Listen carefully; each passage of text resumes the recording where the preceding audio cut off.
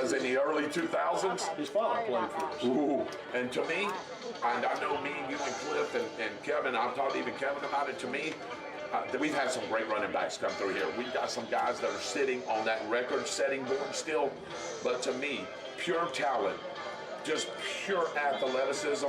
Parviel Lee was one of the best running backs to come out of Bradford in recent years, in many years. It's hard to argue with that, David. He was a great running back, and it shows in the bloodline and stuff. His son is bigger, and he is a great defensive lineman. And, you know, if you look at Bradford's defense, it's not just him; it's all along the line. Yeah. And then if you look in the back, the linebackers are great too. And so are the safeties, and so are the DBs. I mean, there's just not a hole in Bradford's defense, David. You're right. Parviel Lee has 44 of those tackles. Junior middle linebacker, you were talking about our linebackers, Cohen Siafi, he has 40 tackles. How about senior linebacker Kingston Booker? He has 40 tackles. Junior defensive lineman, man, beginning to be, all of them players are my favorite players. But Nate Raymond is, my goodness, stepping up his level of play. He has 36 tackles, and rounding out the top 6 is one of my other favorite players. Loved him. Yeah, junior defensive lineman Danny Torres. He's got 36 tackles too. How about this? There are some other great players that we have on that football team, and that's on that list that I didn't even name. We got the 8th person, the 10th person, the 12th person in the district, all leading in tackles. That, by numbers, shows you why the Bradford defense has been so good for so many years. Yeah, David, we didn't even talk about anybody really truly talk about that. He's on the backfield, and no. Parmeter's got to be up there too, because number 10. As a matter of fact, good job. Yeah, that's a Parmeter. He's a tackling machine, and he wants to hit people. I mean, really wants to hit people. Some keys to the game, the captains, and of course the kickoff. You're listening to the DLP Bank pregame show and Tornado Football right here on Eagle Country 106.3. Number 1, Jaquez Kaysen. Give me Number 6. 2, Kaysen. Number 4, Cohen Kiofi. Alden Sanchez. Number 5, Keyshawn Kennedy. Number 6, Elijah Lawrence. Number 7, Justin Hall. Number 8, Kingston Booker. Number 9, Keontae Nixon. Number 10, Ian Addison. Number 11, Chase Phillips. Number 12, Caden Carr. Number 13, Nate Raymond. Number 14, Peyton Jones. Number 15, Cy Cabbage. Number 17, Danny Torres. Number 18, Tyler Sapp. Number 20, Malachi Aldridge. Number 23, Jonathan Andrews. Number 24, Grayson McClellan. Number 25, Arveli Lee. Number 26, Jeffrey Dennison. Number 27, Terrell Harris. Number 28, Jamarian Dunn. Number 32, Christian Brennan. Number 33, Malik Aldridge. Number 34, Raymond Pedro. Number 40, Dimitri Jenkins Jr. Number 50, Ridge Bradley. Number 51, Travis Reed. Number 52, Terrence Slocum. Number 54, Joshua Matthews. Number 59, Warren Parsons. Number 62, DJ Ferguson. Number 64, Tavares Scott. Number 65, Kyron Green. Number 66, Easton May. Number 72, Jackson Fall. Number 75, Andrew Alston. Number 77, Bryce Daniel. AKA the Pit. And number 79, Will Jackson. 2-0 district play. Introducing the coaching staff, assistant coaches are in the high playoffs see the live. Jackson, Byron and Tornado Christopher Coffey, Let's go Gerald over Smith, some of the keys for the game Tyler for Stevens, Tornado's victory. I'm going to read them off. James McNeil, I'll tell you what I think, and then I'm Kenny going to get to Jenkins, response, Byron. Sure. All right. Adrian Mosley, Number 1. Charles Pittman, Bradford Sean Bradford. Stay Will Hartley, Stay in and Wendell Schick. playing And ability. the head coach for the Tornadoes of Bradford County High School is Jamie Rogers. That can beat Bradford. Ladies and gentlemen, boys and girls, please say hello and make welcome our visitors from Star Florida, the Tornadoes of Bradford County High School. And the other thing is, David, Ladies and gentlemen, Panther Nation one and all. Time once again to introduce to you your Palatka Junior Senior High School Panthers. Number 2, Tommy Alford. Number 4, Jaden Ashley. Yeah, and Number speaking 6, of that, I T.J. hear Foreman. that Ian Number Addison, 7, the senior running back, Trey will be back Gibbon. in full for tonight's game. Number 9, Maurice Sean Dillon. Kennedy will be back in full. Number force. 10, So, George not only Taylor. do we have those two guys, Number which are 11, really good, Justin and, Bell. basically share starting time. Number 12, Noah Of course, McKinley. who has been filling in for them. Chase Number Phillips fills 14, in for them for Jalen just a little while. Phillips. And then, of course, Number 15, Donnie I Yoma. know Lawrence has gotten in the Number backfield there, 16, but Terrell Harris, Ethan number 27. Reaver. Yep, number 27, Terrell Harris. Number 17, Zane Legger. running back. Number And Jordan as 18, well. You know, James I Llewellyn. am really glad to hear that number 5. Number 19, Mason Atkinson. Yeah, me too. Number 20, Tony Win the Field. point of attack, of course. Both lines. Number are square. 21, I think Bradford's got an P.J. advantage Wright. on both here in this game. Number Definitely in the 23, last several Clayton games. Shiver. And if we can win the points of attack, Number we can do anything 25, Johnny Villa. And I think that Number 26, Dalvin Dallas. I believe that's going to happen. Number 27, Mark Win the turnover Durden. margin. We sort of talked about that. Number 28, Bradford Deontay Douglas. in truly honest fashion. They haven't Number 29, the ball that much. Jaden Easel. And it hadn't really been in key Number 30, Lawrence moments Evans. or key situations. So it really Number hasn't come back 32, to hurt us. Richard With the exception of the Brinson. South Sumter game, when we Number 33, John Hobby. 5 yards to the house. I mean, Number and then we go 34, kick it Dallas there, Brown. in that ball game, 14-12. Number 35, Jamar Walker. And easy to Number 36, Lorenzo Wright. That goes without saying, even if Number 40, Noah Harvey. Number 45, Thomas Houston. Number 50, Alan Blocker. the penalties to a minimum. Number 51, Jay Saul. Worth the penalties. You know, Number 52, Larnell But, I Boykin. mean, you know, so I think we have Number 53, Brock Mile. I'd like to see them, of course, Number not have any, 54, but we need to Eli bring that Campbell. down just a little bit too, Byron. Number 55, Caleb Nelson. remain penalty free. Number 56, game. Cesarius Stemp. A lot of people get on the Number referee. 58, Julius Leonard. We all have in the past. But you have to Number remember 60, Tyler Hayes Hahn. Number 62, Jackson Forsythe. Sometimes they see. Number 64, Octavius Johnson. Number 65, Colvin Johnson. Number 70, Micah Hammond. Number 70, Demarius Curry. Number 82, Billy Carter. Ladies and gentlemen, the head coach for your Palatka Junior Senior High School Panthers in season number 1 is Mr. Lance Lauer.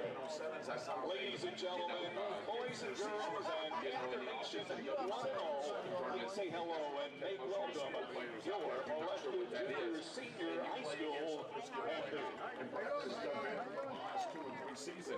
winning some of those 7 tournaments as they did this time here. Wasaka was leading the way there, but really the football game has become basketball only football.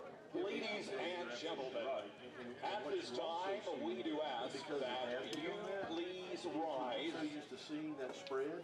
for the presentation of colors. See those teams that have tight formations. Ladies and gentlemen, tonight our nation's colors are being presented by the Palatka Junior Senior High School Army Junior ROTC Panther Battalion. Yeah, and that's Cadet Captain David Let's Ash, take our last commercial. Staff Sergeant Samuel Schroeder, And then when we come back, we'll have First the Sergeant Caleb Morgado, and Captain Deacon Edelia. Country 106.3. Ladies and gentlemen, our nation's colors presented by the Palatka Junior Senior High School Junior ROTC Panther Battalion. Ladies and gentlemen, at this time we ask that you please remain standing.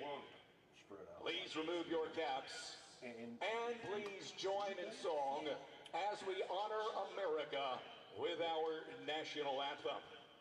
Ladies and gentlemen, our national anthem today is being presented by the Palatka Junior Senior High School Panther Regiment. Ladies and gentlemen, our national anthem.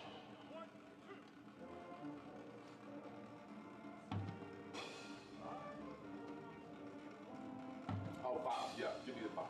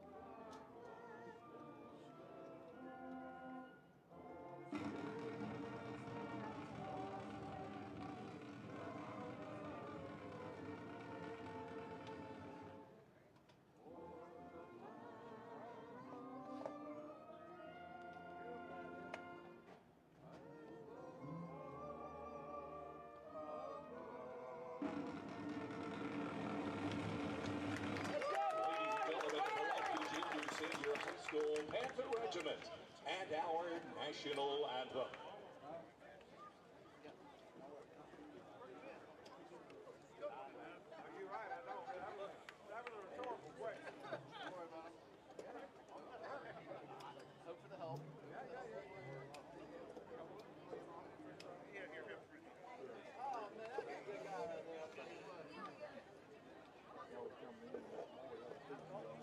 Tonight, from the end zone to the fan zone and all seats in between, this is your home for the local sporting update, featuring the voice of the Bradford High School Tornadoes.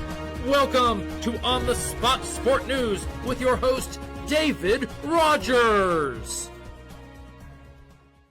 Now let's set the record straight. There's no argument over the choice between peace and war. But there's only one guaranteed way you can have peace, and you can have it in the next second. Surrender.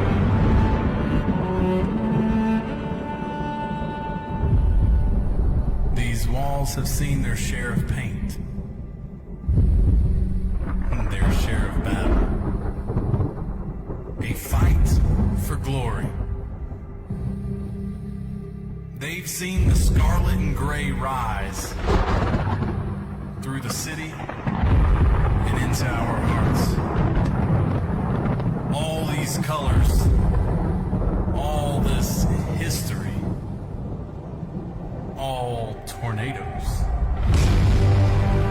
It all comes together in one place. Right here. Right now. And it's here that together, no matter what they put in front of us, we always fight on.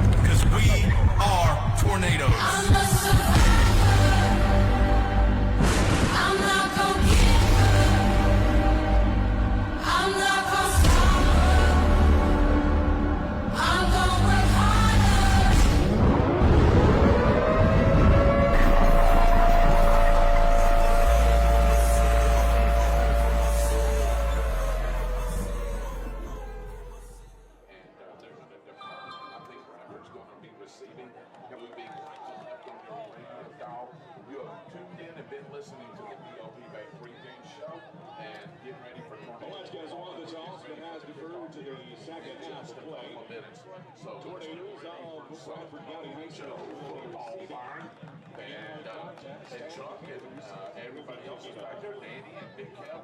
It's Mojo football time, and here we go. Getting ready to put total leather, and we'll be receiving it. I bet you back deep is going to be one of the Casey boys and Chase Phillips. Yep, David, it should be, and it's a whole lot of speed. A whole lot of speed back. A whole lot of speed, David.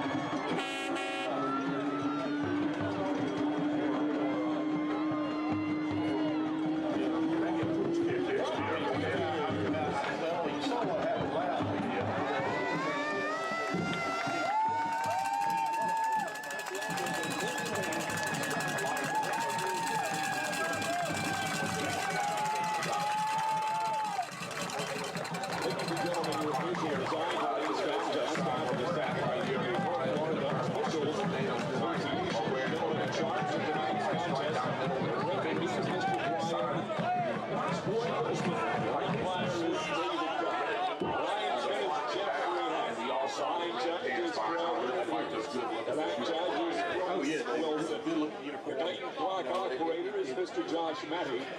Reminds you of the operator. Gets a little bit of that. A little bit. Yep, it sure does, David. You know, we used to see the gray and the red too. We haven't seen that one in a while. No, we haven't. Chase Phillips and number 22, that'll be Malachi Cobras back deep for the Tornadoes. The up man will be Jordan Kaysen, which he took one to the house as it didn't get kicked that far. Remember, and he took it 65 yards to the house as he killed at the 35-yard line last week and went straight down the near boundary here for a touchdown. From the Tornadoes of Bradford County. From the 40-yard line over here on the near hash. Again, welcome into Tornado football. We're here in Palatka, Florida, at the pit, the home of the Palatka Panthers, as we're getting ready to start this big key district game. Here we go, waiting on the whistle, and we got it. Kick low and driving, and it gets to the Cobras there. He's going to take it around the right side, using a little speed, still going to the 36-yard line. Actually, let's mark it at the 31-yard line. He fielded it by the time he got about the 9-yard line.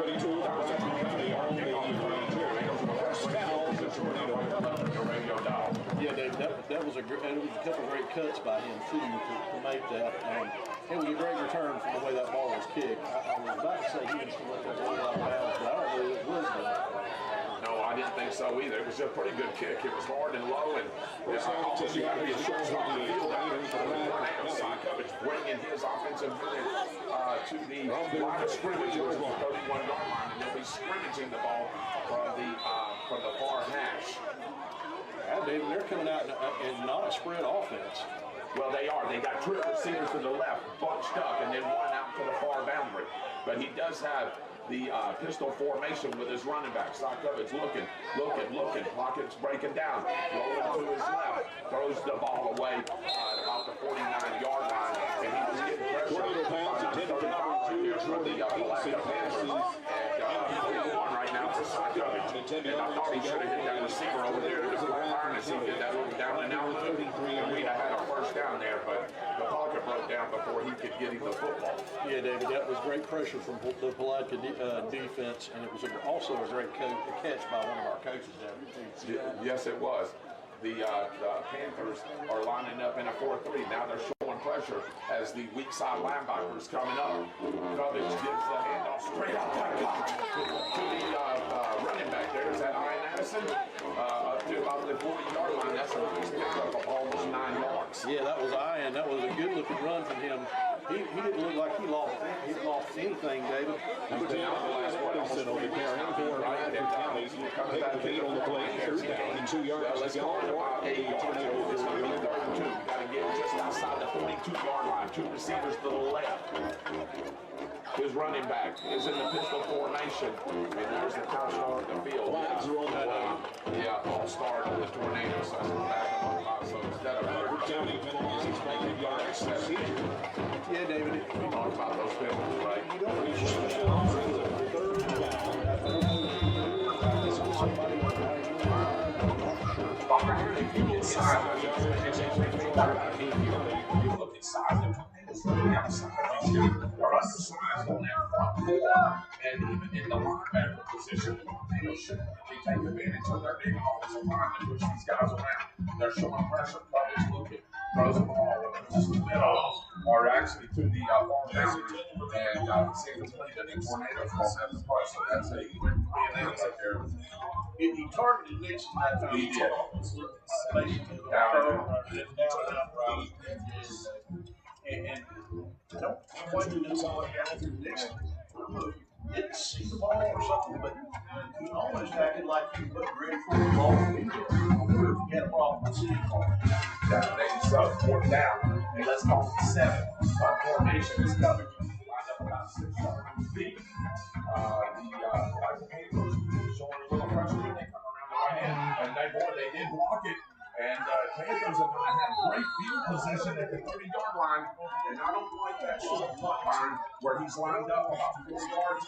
And the first big-time play goes to the Palatka Panthers, and they're already in positive territory. And right now, Byron, I just see it right now. And I'm not saying it's going to be for the whole game. The Tornadoes look very flat. Very flat. Well, yeah, they look flat on offense, David. I hesitate to say they're going to look flat on defense because they haven't looked flat on defense the whole entire season. Yeah. So let's see right here. This is a trap game right here. Should be a trap game because this is a key district game right here. So we're looking forward to, yes, Newberry, yes, Santa Fe. But if you don't win this one, you're in trouble right here. So the Tornadoes got a 4-3 look right here. The quarterback, he's got 2 running backs to his side far right, gives it to his deep running back, runs it around the right side. He's got plenty of room, and it's going to be in the 25-yard line, and that's a nice pick of about 4, almost 5 yards right there. Great play as those 2 green blockers took our defensive end in our corner, moved him out of the way, and if it wasn't for the safety, he may be gone. Yeah, that was a good play. They're loading up in the back.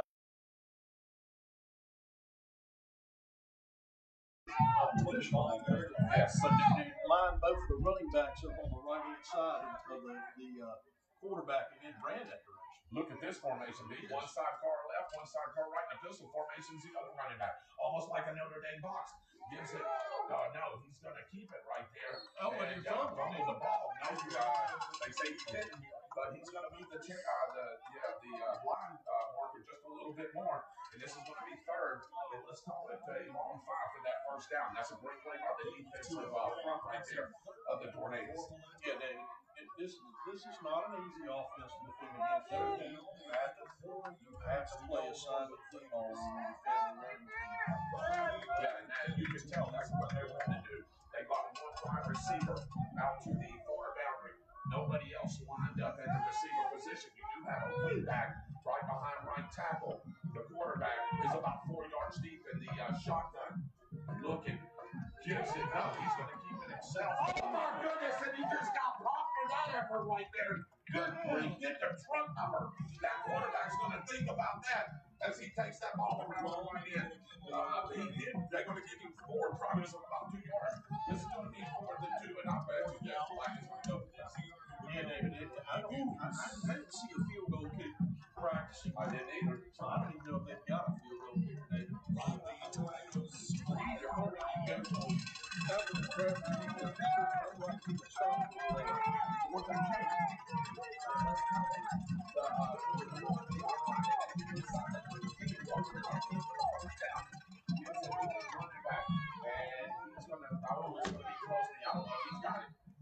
He leans sideways. He may have just enough for that first down. He's smart and going there between the 18 to 19-yard line. Let's see. Oh, he's calling the first down. Yeah, is he? Okay, he needed to. Let's do about 2.5, something like that. That's a great throw because they keep the chains moving and they keep the ball away from the Tornadoes. They go score. This opportunity is 8-26 and running in the first quarter. They throw the back well here with you in Palatka.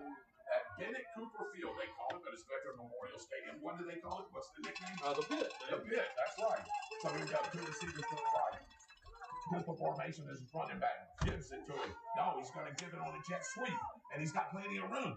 And he's running around the left side. And that's a fine tackle right there. But he's going to have enough for his first down. He got 13 yards on on that reverse beat. You were talking about assignment football. It looks like the Panthers have found a little niche in the Tornado defense, and I haven't seen this in the last 3 weeks. But the Panthers got something cooking right here. Yeah, David, that was a well-designed play, but that was also a great play by Kingston Booker, David. He came all the way from the other side of the field to make that tackle. Great speed from him. Ball on the far hash over there. He's got 2 running backs lined up right behind him, almost like an I, the old I formation. And he's trying to give it to one of the backs, and he's going to get stuffed up. That took too long to develop right there. The Tornado sniffed that out. Yeah, David, that's probably going to go down as a sack, David. I think he probably lost 2 or 3 yards. Yeah. So at least for sure lost some yardage right there. So the line marker is marking it about 2 yards.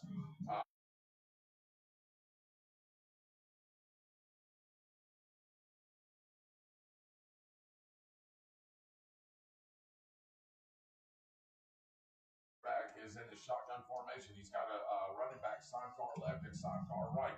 He's got one in the pistol.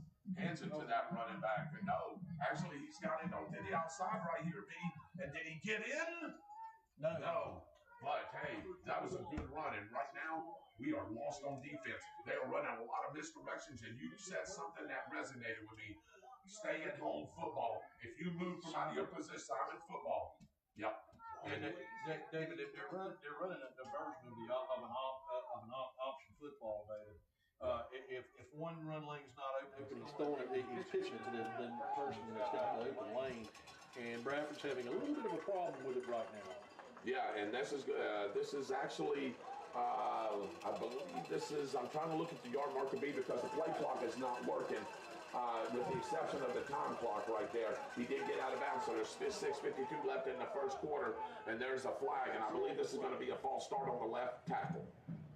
Illegal shift, okay. Yeah. I knew there was some movement there, so that'll back him up 5 yards. But they're inside the Miracle Automotive Toy Red Zone, excuse me. Don't pray for a miracle, call miracle. Now Bradford has backed them up a little bit, David, and this should be... This should be 3rd and goal, right?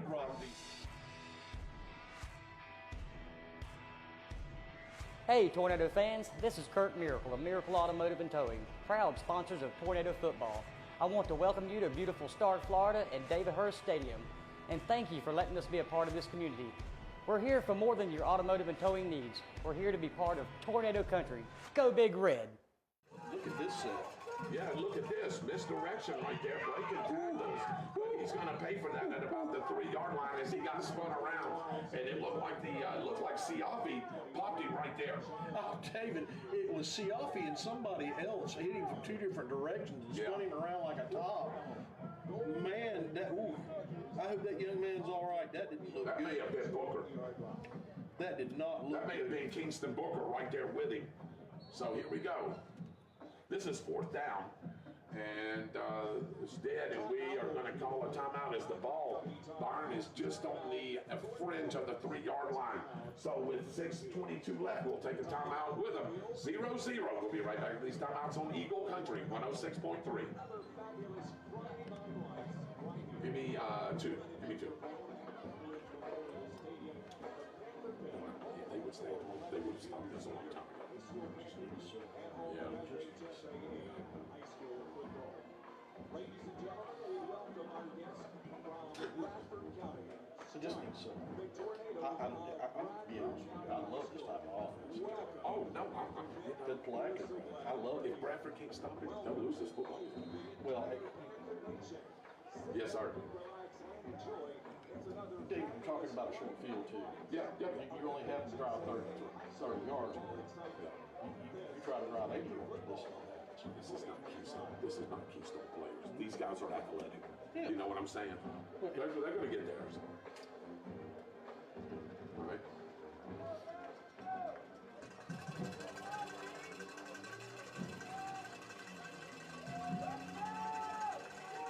Back to live action right here. Ball inside the 4-yard line right here. And they give it to a Quill, but my goodness. He does get in, Byron. There's a flag. Flags everywhere. He did sneak in right behind the right tackle, and that would have put Palatka up 6-0. Unless this is against the Tornadoes, it was another illegal shift because 2 men moved, Byron. You can't have 2 men shift and line up at the line of scrimmage. That's going to be a penalty all day long. Yeah, David, you can't, what he's talking about is there's a penalty called illegal shift. You can have 1 man in motion all you want as long as he sets before the ball's correct. If you got 2, then it's called an illegal shift. Yes, correct. That's what's happening. So here we go. Ball backed up 5 yards. This is going to bring the ball to about the 8-yard line. So this is 4th and goal from the 8s. Play clock's down to 9-8. They may have to call a timeout right here, Byron. 6-5. They're not going to get this play off. They're going to have to call a timeout, and they're going to get another penalty right here. And they're going to get another penalty. That's another 5 yards for a delay of game. And I seen where I thought their coach was trying to call timeout over there, Byron. He did. Did he get it? Okay. He got over to the side judge. Yep, he got over to the side judge. All right. So there's a timeout on the 4th and goal from the 8 with 6:22 left. 0-0. We'll be right back after these timeouts on Eagle Country 106.3. Give me one.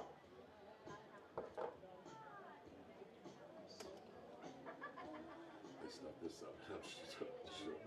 Yeah, they need to score right here. This drives up. Yeah. You know. Yeah, they're not going to throw it. They're not even indicating to throw it. They're not going to pick up anything.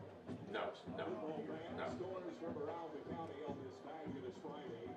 In quarter 1, Orlando Christian from 14, and the Raiders out of Crescent City Junior Senior High School 0. Here we are back to live action after this timeout there. The play clock was running down on the Panthers, and the Panther coach come over there and got the side, just said timeout, and he did get it. But the Hankies did come out, but they did get the timeout in time. So this is 4th and goal from the 8-yard line. Football in the middle of the field. They're moving left and right on your radio dial. Before he gets the count right here, he's got 3 receivers stacked up. Look at this formation. 4 receivers over here stacked up. He's going to take it running. No, sir. Nah, you're not going to do that against the Tornadoes. He should have fired. Instead of going up the 8-gap, he should have went around by right tackle. There was a hole there, and he may have scored right there. But either way, the Tornadoes stopped that. Yeah, and guess who that was? Through the backfield, that was Pariel Lee. Yeah. David. With 4 leading tackles there, just adding to his stats. Yes, he's added to his stats. Now, the one bad thing about what just happened, and it's really not a bad thing because we didn't allow them to score, but it is a bad thing for the offense because now we are far inside of the Bradford side of the field, like on the 6 or the 7-yard line. Yeah, and actually they're officially marking it B right in the middle of the field, right at the 5. So we're 95 yards to pay dirt. Side coverage is lined up in a shotgun position. His running back in the eye right there, and he'll lean forward, Byron, to outside to about the 7-yard line. So we picked up about 2 yards right there. That was Iron Addison going off right tackle. Yeah, David, that's still a good run by Iron Addison. He looks like he's healthy again, David, and that spring is in his step. And this is the other running back that we talked about, Keyshawn Kennedy now back there with him. The 2 receivers are right. Here we go. Gives it to Kennedy. Kennedy up the right side, and he's dragging Palatka players, and he's still dragging them. Finally, they get him sideways. They're giving forward progress, Byron, I think, to about the 10-yard line or so. So this is going to be 3rd, and a little bit for the Tornadoes there for the first time. It's going to be about 3rd, and let's call it 5, almost 6 yards. Yeah, David. You know, and they're just using straight up runs. There's no motion. There's no misdirection. This is straight up power football coming from Bradford, and that was a great run from Kennedy. It's good to see he's still got that power, and he looks like he's healthy too. 3-4 defense for the Palatka Panthers. That means 3 down linemen, 4 linebackers across, and then press coverage on the receivers. 2 receivers to the left, 1 to the right. Cubbage looking, throws it out here to the flat, and he just throws it in the dirt, and the Tornadoes are going to have to punt again. So 2 possession, Byron, about 4 yards for the Tornadoes, and back in punt formation will be side coverage.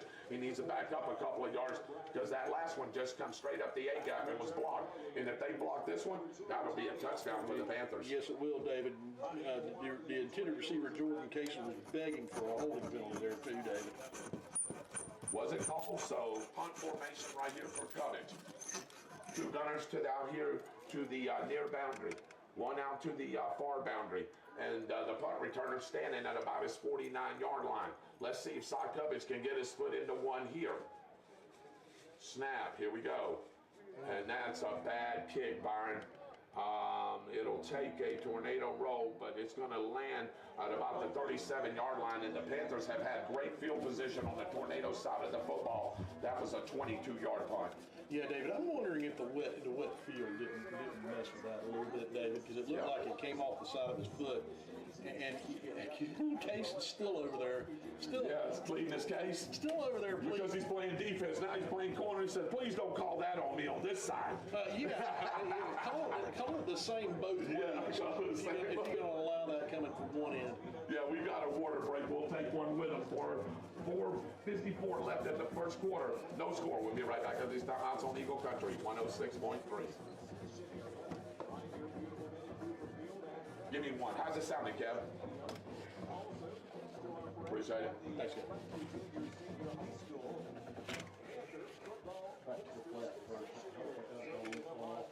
And delicious. Stop by and check them out tonight.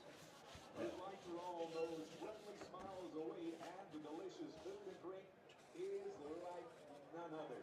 I can promise you'll be glad. Here we are back to live action right here, and we're still during the water break right here as I believe the officials tonight, Byron, are from the Nature Coast. I think they came up, the Nature Coast Referees Association, they came up to do this football game tonight. I do believe is what I've seen on the official attendance as far as who's going to be here for officials. Are you sure it wasn't Palm Coast? Maybe it's Palm Coast. I thought it said Nature Coast. It could have been either one of them. Palm Coast pretty close. All right, here we go. Shotgun for the quarterback. Two running backs left and right. He's going to take it around the left end, and he's showing some speed right there, and he's going down the sideline, Byron. And if he doesn't step out, he's gone. My goodness, speed. Is Palatka really that fast? Because I'm telling you, I don't see how this team right now is a 1-5 football team. Yeah, David, they're playing really good football, and I almost wonder if they have found a niche maybe in the Tornado defense, maybe something that they schemed. I haven't seen this football team this year offensively. I almost wonder if maybe they switched offenses. Yeah, that looks like to me, because I've never seen them run 3 or 4 backs in the backfield at the same time. They're now in the traditional pistol. The quarterback looking, he's finally going to throw the ball, throws it across the middle. He's got a catch, and a beautiful catch. And Byron, the first play was 14 yards, and I believe that one was 13 yards. And the Palatka Panthers are in business. And it's first and goal to go for the Panthers. Yep, it's time for Bradford to wake up right here, David. The defense stiffened up the last time they were down here, and Palatka, quite frankly, shot themselves in the foot with the buildings. But it's time for Bradford's defense to stiffen up right here and stop this again. Palatka, 58 yards. The Tornadoes, 4.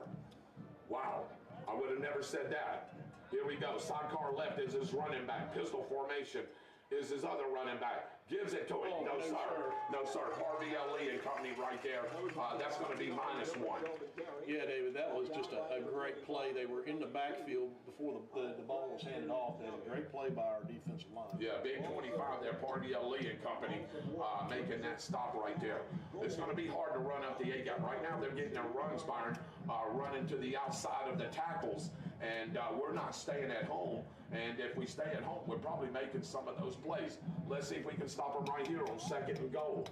They're inside the Miracle Automotive Towing red zone. Don't pray for a miracle, call miracle. Here's that set again. Almost looks like a Notre Dame box with a safety running back in the back. Here we go. He's going to keep it. And no, sir. Actually, that was a good fake right there. He did give it to that back. He may have been forward maybe for a yard. Yeah, David, and the quarterback paid for it that time.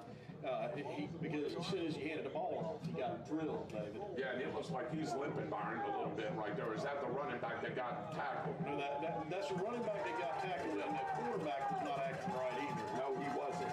Yeah, he's grabbing a hold of his knee. That's not good, David. Don't want to see that on either side of the knees. And here we go. They're going to run a cat right here. This is a different quarterback right here.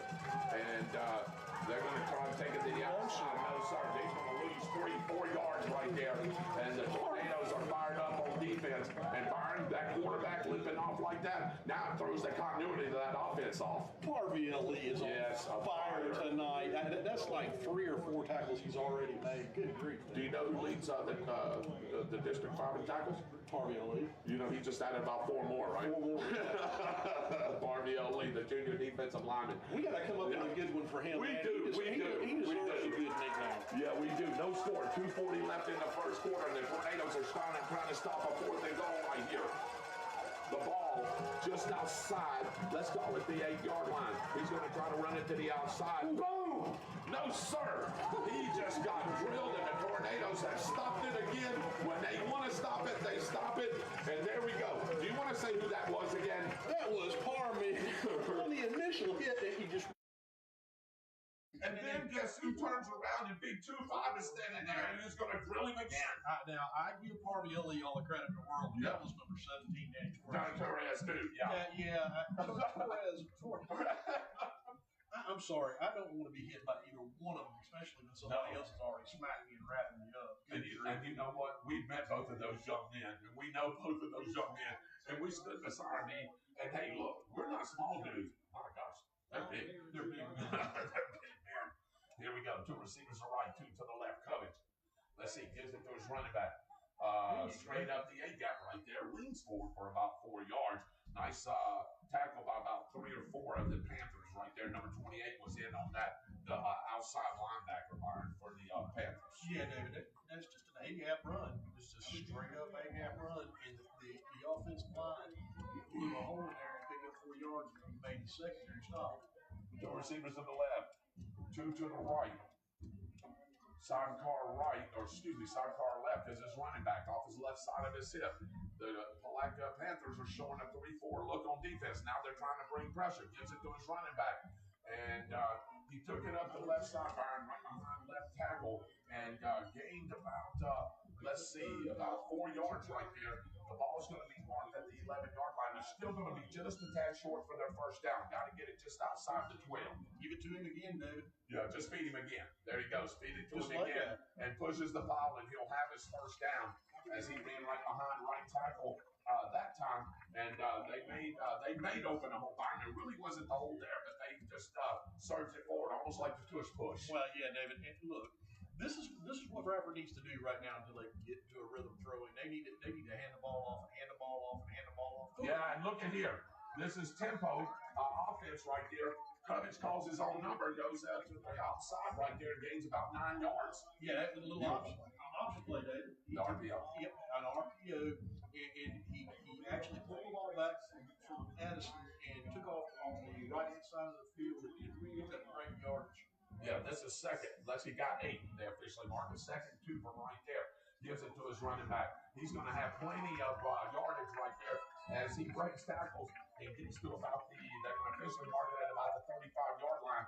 A gain of 8 yards and a Tornado first down. Yeah, David, when you can't find a rhythm on offense, hand it to your backs. Yeah, Palatka can't rotate players. They're going up tempo. 3 receivers to the left, 1 to the right. Pistol formation is Addison.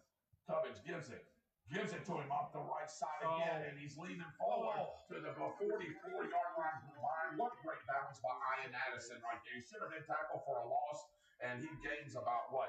Let's call it 6, almost 7 yards. Yeah, David, he had to put his hand down on the ground and kept his feet and got himself back vertical, and they had to tackle him after he did that, David. What a just a great run. 2 receivers to the left, 1 to the right.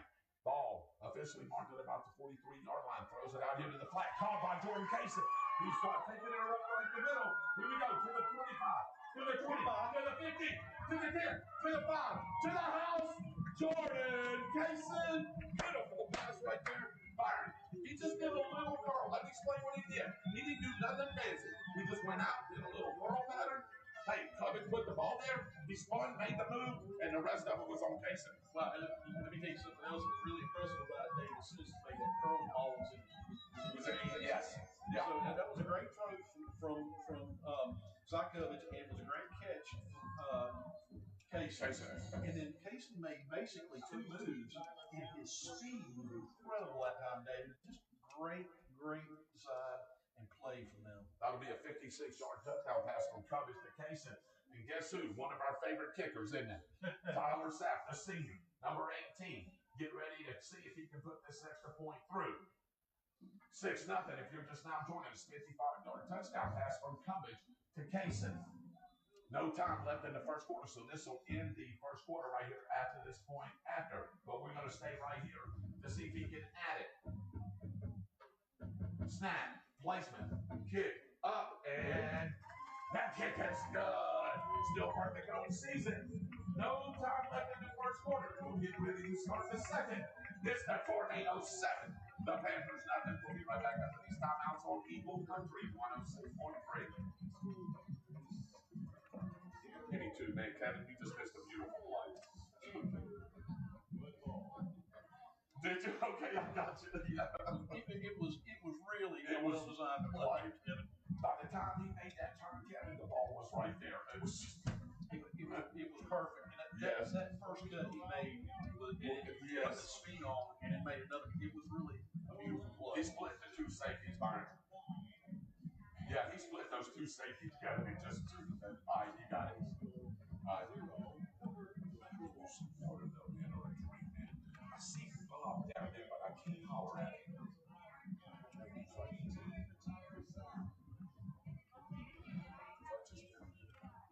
Okay.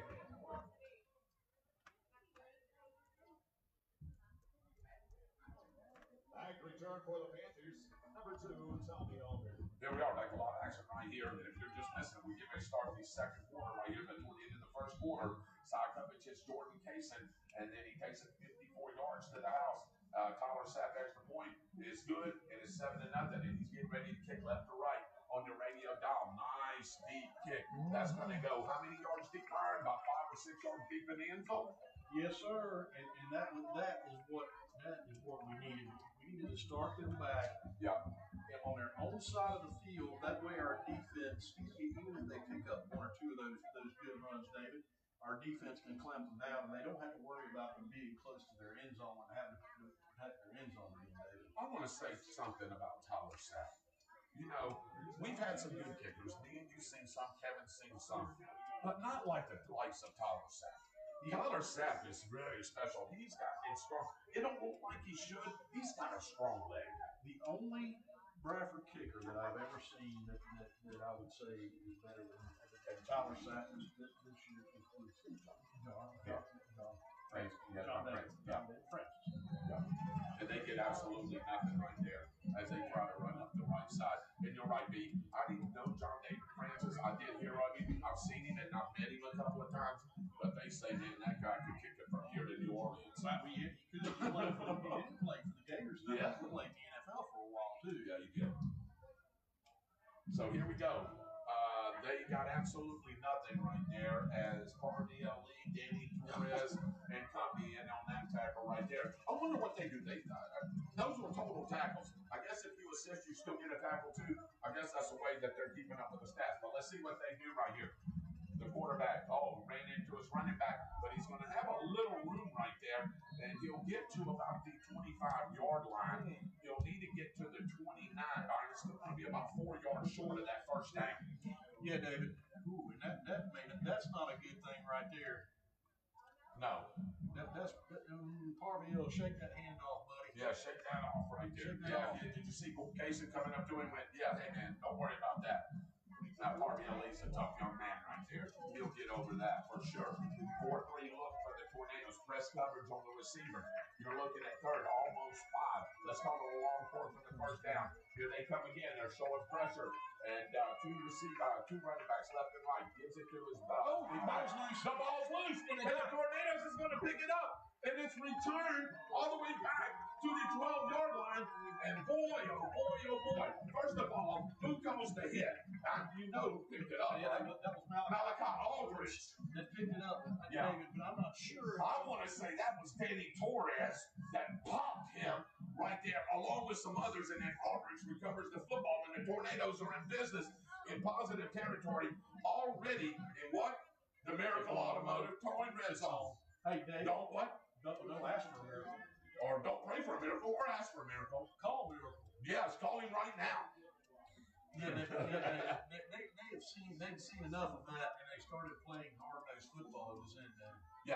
Addison is in the backfield. 3 receivers to the left. Camonte Nixon over the right. I'd like to see him go up top. They get moved. I think that was movement by the defense. That's going to cost them 5 yards, and that's going to bring the ball inside the 10-yard line. And, we were saying Palatka didn't need no help. The Tornadoes definitely don't need no help. Yeah, David. You don't want to do this with Bradford. I mean, granted, there's first and goal from the 9-yard line, David. Or no? No, just inside the outside the 6. So here we go. Here we go. Camonte is going to try to hit it. Oh, he almost had him beat. Golly, if he would have been 6'5" instead of 6'4", he'd have caught that. That was a beautiful pass right there. Hey Tornado fans, this is Kurt Miracle of Miracle Automotive and Towing, proud sponsors of Tornado Football. I want to welcome you to beautiful Stark, Florida at David Hurst Stadium, and thank you for letting us be a part of this community. We're here for more than your automotive and towing needs. We're here to be part of. But they're going to give it to the running back as he runs straight up the A-gap. He's not going to get there. So I wonder if this is Tyler Sapp time. Are they going to go for it right here, Byron? You think this is 2 and go? I think it's third down, man. Now let me see. Yep, it's third down. Yeah, it's third down. Okay. Yeah, because of the penalty. Yeah. It's third down. Third down, and let's call it about 2.5 for that first down. 3 receivers to the left, 1 to the right. Pistol formations is running back, and there's the timeout. We'll take one with them. 9:57 left, 7-0 Tornadoes. We'll be right back with these timeouts on Eagle Country, 106.3. Ladies and gentlemen, with a timeout on the field. Give me 2.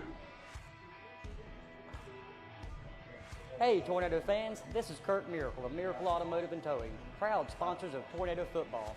I want to welcome you to beautiful Stark, Florida at David Hurst Stadium, and thank you for letting us be a part of this community. We're here for more than your automotive and towing needs. We're here to be part of Tornado Country. Go Big Red!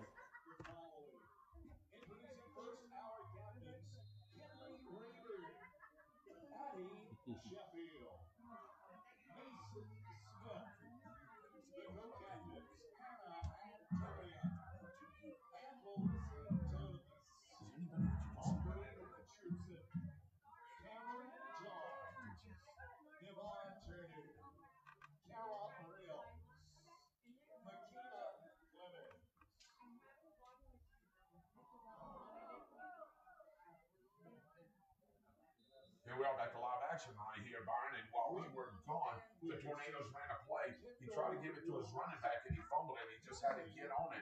And it's going to be 4th down in less than a yard. And coverage is coming over here to the sideline. I think this is 2 and go right here, the way your defense is playing. They are looking at Tyler Sapp right there. You see Tyler Sapp going by the coach. He said, "You want me to kick it?" Hey, what did he tell him? He said, "No, get back over here, son. We're going for this."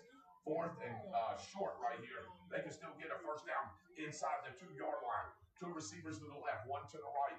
Pistol formation is running back, gives it to him straight up the right side, and he surges his way, and I believe that's a touchdown, isn't it? I don't think it's a touchdown, but they did get the first down. It's 1st and goal from just outside the 1-yard line.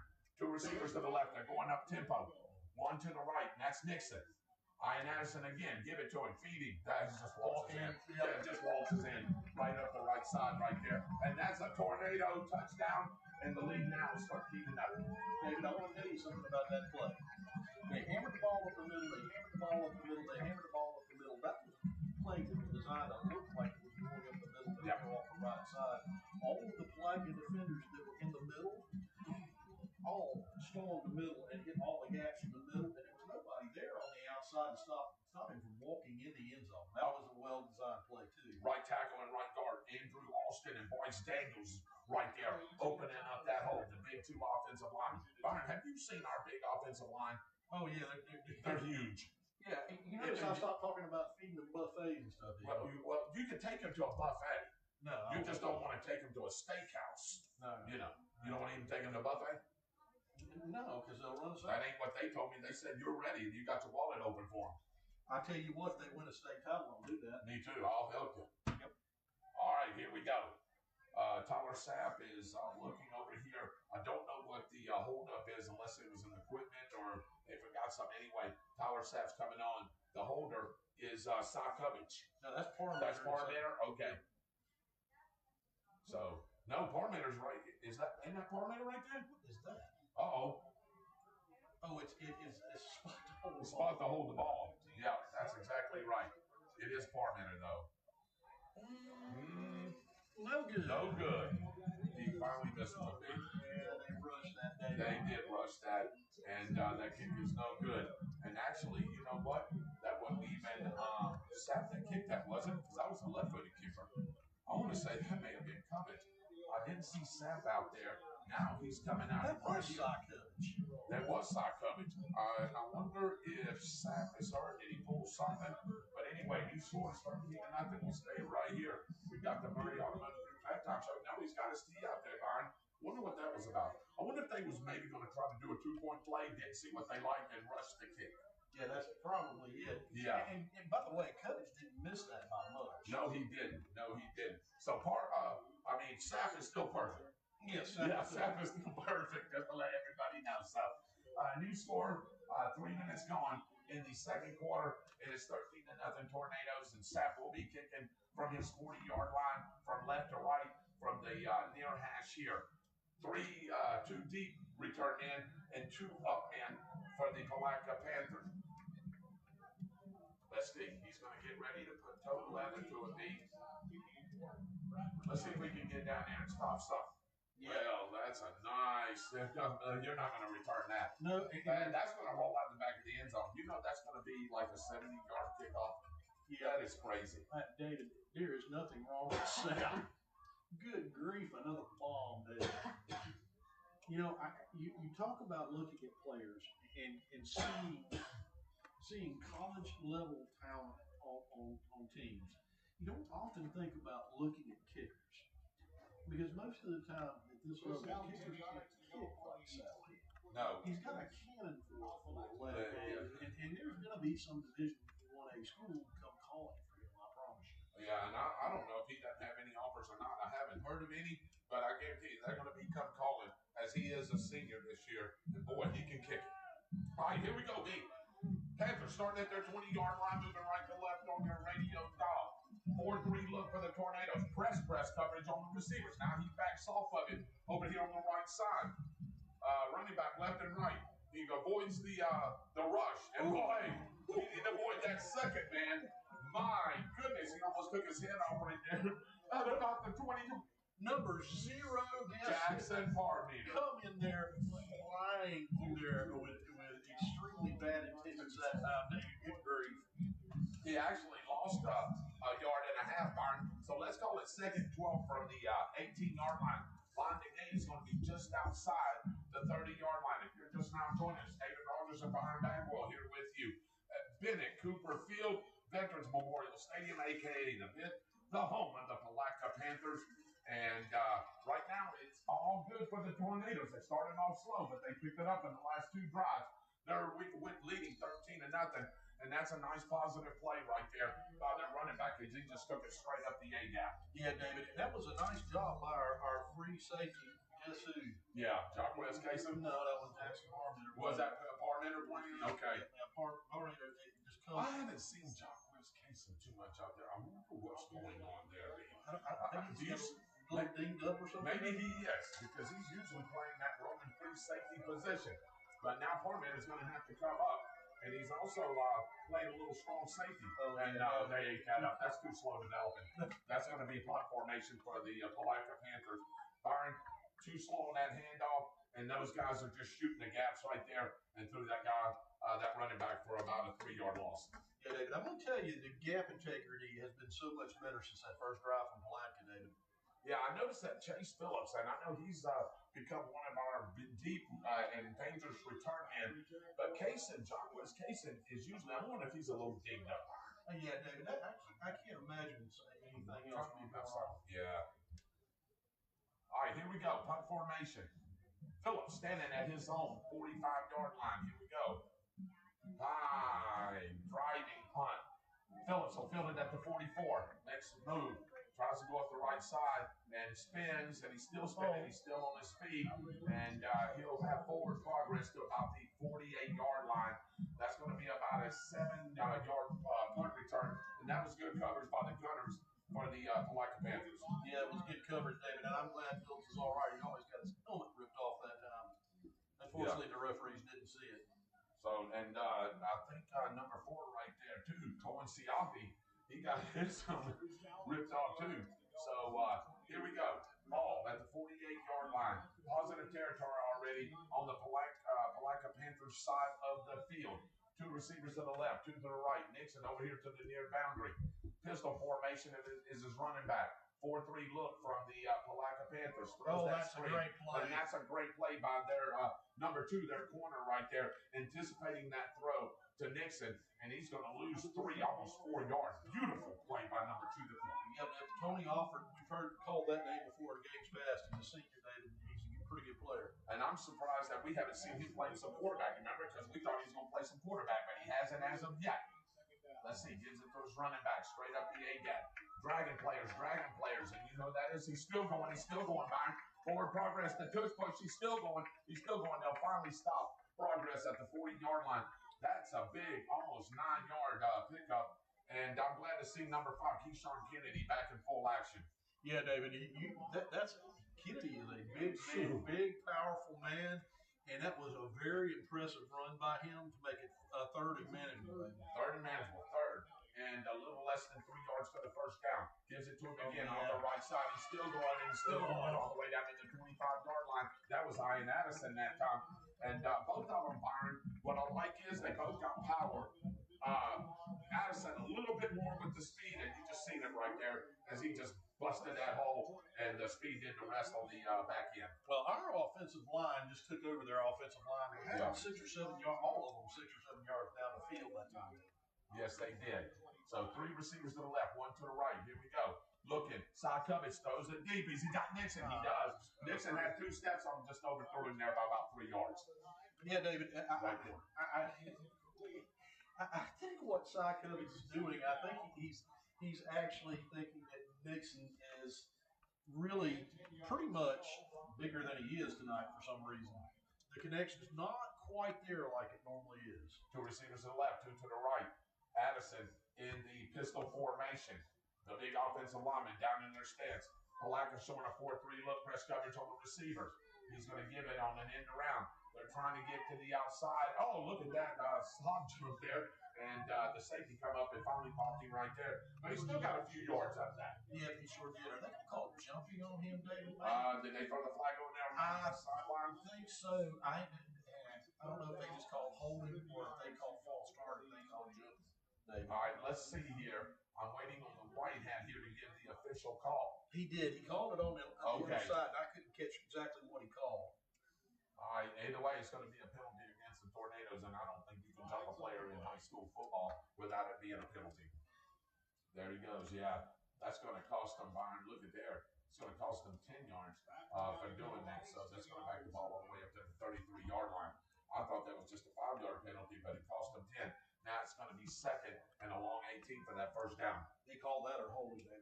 Did they call it? Okay. I didn't see the official call, B. I'm just going by what you said there. As I was watching what was going on over here with one of our football players, and I'll explain to it here in a minute. So let's see right here. 2 receivers to the left, 2 to the right. Pistol formation is his running back. Let's see what Cubbage decides to do from the 32-yard line. Looking, throws the ball across the middle. He's got him, and he breaks the tackle, and he's going to take it all the way to the house right there, Byron. The safety come up and tried to pop that receiver. He just bounced off of it and took it the rest of the way. Side Cubbage, 32-yard touchdown pass, and the score right now is 19-0 with point pending. Guess who that was, Dave? Of course, I know who. That was Kingston Booker. Yeah. Yep. Kingston Booker, number 8, one of our linebackers. He does come in sometimes at the tight end position, but you know what they did that time? And we can explain it to the people at home. They lined him actually up in that wing spot, in that slot, and then he just made like a little out route and actually a quick slant. Quick slant, and Cubbage put it right on the money. Let's see. Tyler Sapp's going to add the extra point right here. He didn't kick the last one. Wasn't sure what was going on there. So here we go to make it 20-0. Snap placement up. That kick is good. I knew that wasn't Tyler Sapp the last time. It nothing against Side Cubbage, but that kick is good. With 5:04 remaining in the second quarter, it is the Tornadoes 20, the Panthers nothing. We'll be right back after these timeouts on Eagle Country 106.3. Give me 2.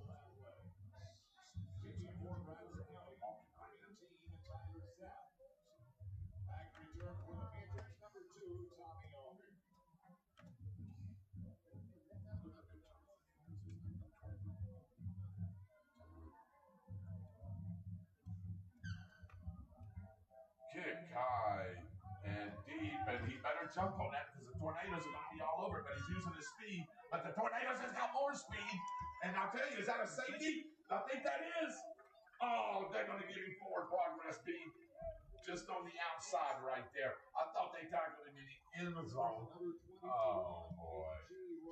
I don't know about that one. I don't think you're seeing things that time, David. Yeah, me neither. Wow. The ball's going to be inside the 1 yard line, though. Boy, I thought he got him back there for a safety. So if you're just now joining us 20-0, the Tornadoes over the Panthers. We are here live at Bennett Cooper Field, Veterans Memorial Stadium in Palatka, Florida. And the Tornadoes trying to get to 2-0 in the district. And I tell you, I'm trying to see who that. Oh, that's why I don't say. Remember when I called the safety? Jacquez Kaysen, ladies and gentlemen, as I see right now, he's in a boot. He's got his uniform off. So Kaysen will be out for sure the rest of this game. One receiver to the left, one to the right. Palatka, they're looking. He's going to try to escape, and he's just going to push forward line to get what he can. And he did a good job to do that to get to the 6 yard line. Yeah, Bradford has become so much more disciplined with this look with Palatka showing them, David, and they're playing more physical now too. We'll find out that official injury on Kaysen, but he's got a boot on that right leg, Byron, and I wonder if that's not maybe a high ankle injury right there. Seems to be walking on, don't seem to be a knee issue, so I'm wondering if it's some kind of high ankle sprain. Let's hope not. I hope it's not a high ankle sprain. And then we've got a player down over here for Palatka right here. We'll take a timeout, but we'll stay right here as we do that, as we're getting ready to go here in just a few minutes to the Murray Automotive Group halftime show. We got a lot to talk about. We have the Murray Automotive Group halftime scoreboard coming up, and then we have our pick'ems, and we'll talk about this first half and what'll be upcoming for the Tornadoes. DLP Bank, Dream, Live, Prosper, sponsors of the Tornado Game Day Report and the DLP Bank pregame show. Murray Automotive Group, Dale Murray, owner-operator, sponsors of the Murray Automotive Group halftime show, which will be coming up here in just a few minutes. Norton Telecom A+ Alarms.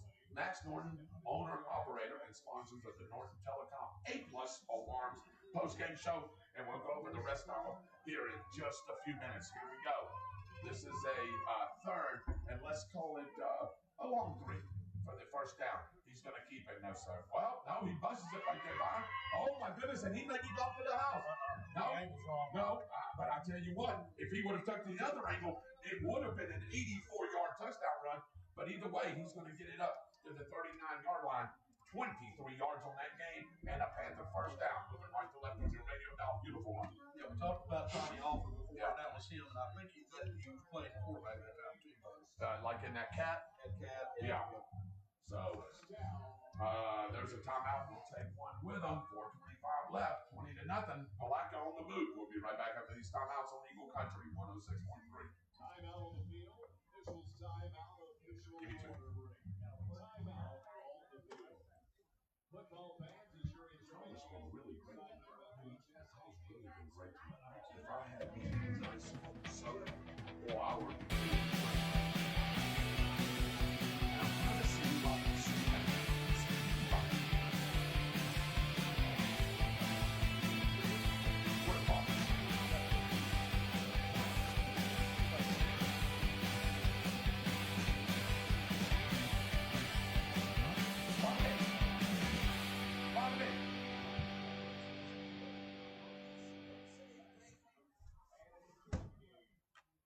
He's dead. Yards to go for the Panthers from their 39-yard line.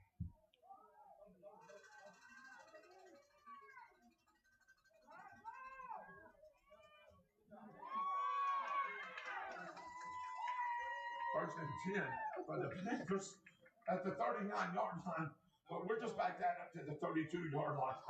And that's going to be a 7-yard loss as two of our defensive front men was all over the running back. He tried to keep it, and then he tried to give it to somebody else, and it was too slow developing. Yeah, it was almost like they were trying to run a flea flicker. Yeah, you can't do that in defense as fast as Bradford's is. No, and that was Barney Lee and Danny Torres.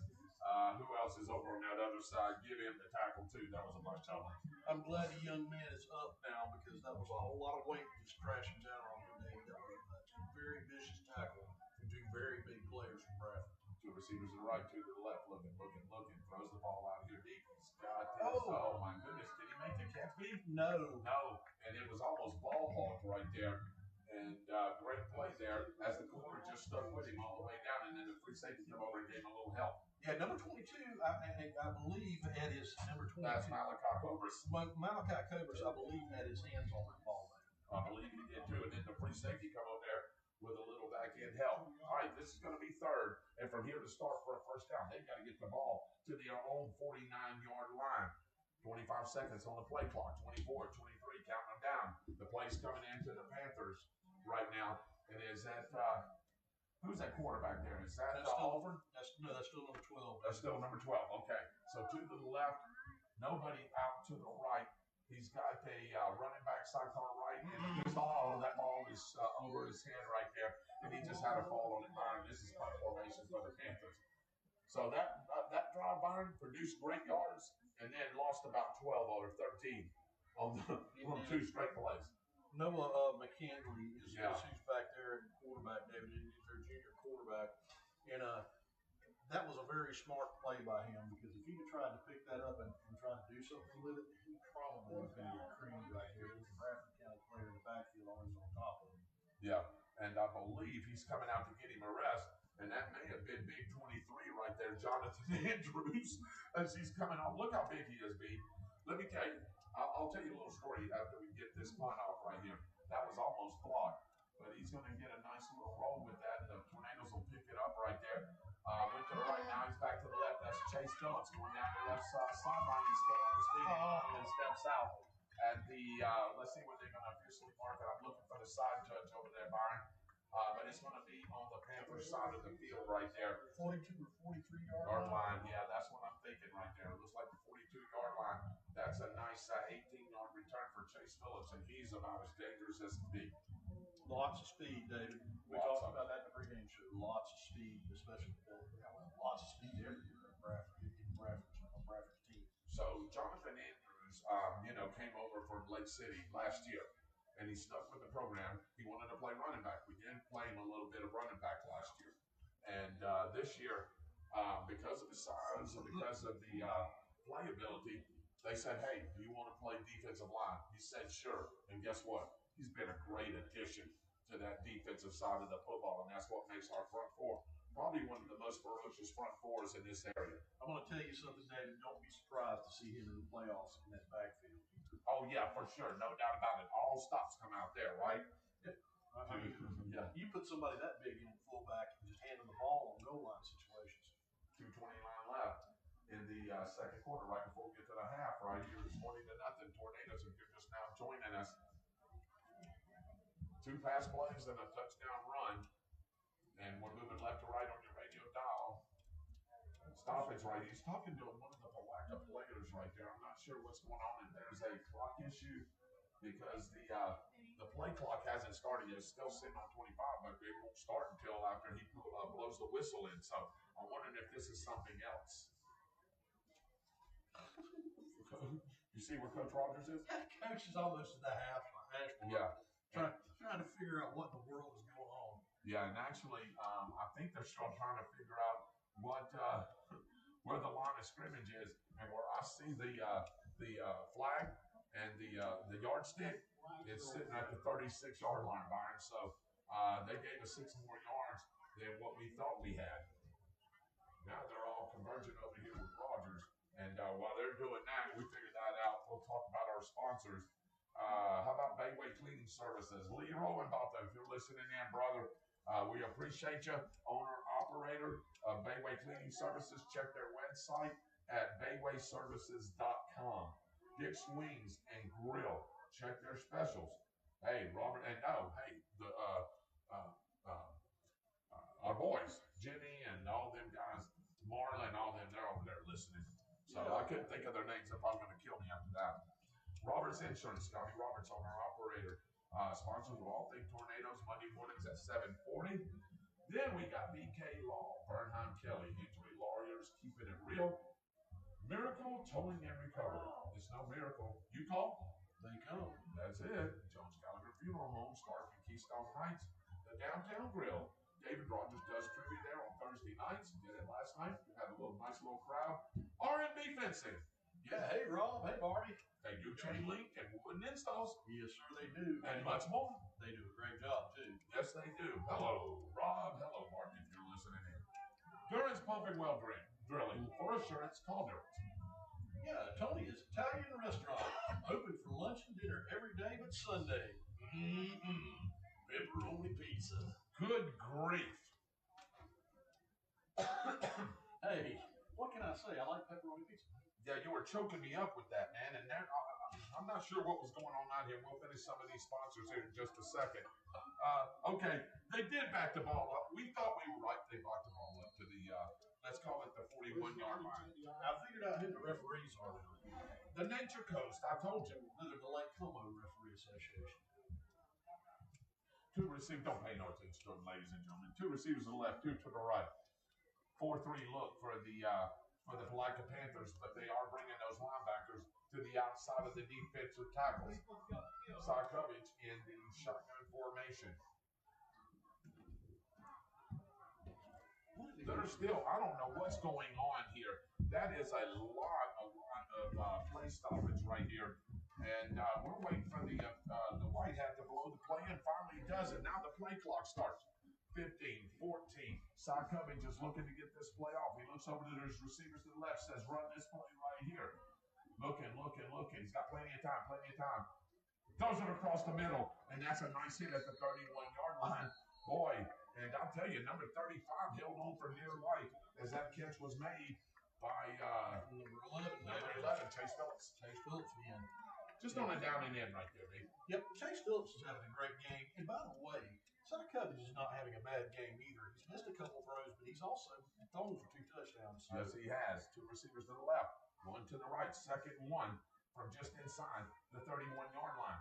Let's see who gives it to. No. Oh, my goodness me. And he had him. Did you see that move Nixon made? Nixon was wide open at about the 25-yard line, but that was a great play by the defensive end as he batted it down. That's number 11 for the Palatka Panthers, the defensive end, B. Yeah, that was a bizarre play because I think Side actually hit Keyshawn Kennedy when he went to throw the ball, so the ball was thrown weirdly anyway. Yeah, it was, and that was still a great defensive play by the defensive end. Gives it to his running back up the right side. He'll have enough for his first down to about the 26-yard line. Move the chains. Tornado first down, and the clock's still running with about 1:48 seconds left before half. Yeah, and that, speaking of the devil, and there he appears, Keyshawn Kennedy. That was a great run by him, just exactly the way he runs. 4 or 5 yards in the cloud of dust, and I'll take it every time. And he's still in the backfield. Cummins is going to roll to his left. Looks, throws the ball deep. Does he have his receiver? He would have had his receiver if he wouldn't have overthrown him 2 yards. He had about 2 steps on the corner as he took him down the far boundary there, and it was just an incomplete pass there by Cummins. Yeah, David, I'm not sure that wasn't a linebacker on it, David. No, that was the corner. It was the corner. It was the corner. Yeah. That is just a large corner, David. Good grief. Yeah, look at him over there. You can see him standing. He's bigger than almost anybody over there. Look at him over on the right side over there. He's lined up again outside on that receiver, giving him about 3 yards. 3 receivers to the left, 1 to the right. Looking, Cummins. Now he's going to try to take off. Oh, boy, and I'll tell you, there's a flag there. I believe that's going to be a hold on the Tornadoes. If it's not, it's going to be a face mask because I've seen Cummins' head spin around. Yeah, David, I'm not. I think it's going to be a hold. We're about to find out. See Cummins pulling? Yeah, but it's going to be a hold. Yep. They'll back him up 10 from the 29-yard line. Yeah, David, and that probably takes him out. Well, yeah, that's edge of field goal range right there, David. For Tyler Sapp, but I can tell you right now, hey, if he can get a few more yards, he would probably do this. This is second, and from here to the west side of start for a first down. Ball lined up at the 36-yard line. 2 receivers to the left, 2 to the right. Pistol formation is his running back. Side coverage is going to take the snap. Palatka showing pressure, looking, jailhouse break. He rolls to his left, throws it right there into the flat, and he makes a man. This guy's down the sideline, and he's going to pick up positive yardage, but he'll be well short of his first down. Yeah, David, but he made it like, I believe he's made it into a 3rd and 9 now instead of a 3rd and very long. That was an interesting play call. I keep on waiting on Nixon to run a crossing route, David. We haven't seen a crosser from him all night long. In the middle of that field is Byron is actually going to be 3rd and 11 where they officially marked him at. 3 receivers to the right, 1 to the left. And there's going to be a timeout. And I don't know why they backed it up to 2 yards because he was inside that flag. It looked like it's supposed to be a 39, but it's going to be 3rd and 11. Either way, hey, even if they don't get this, I believe this is Tyler Sapp field goal range, don't you? And it's going to be a good try, wouldn't it?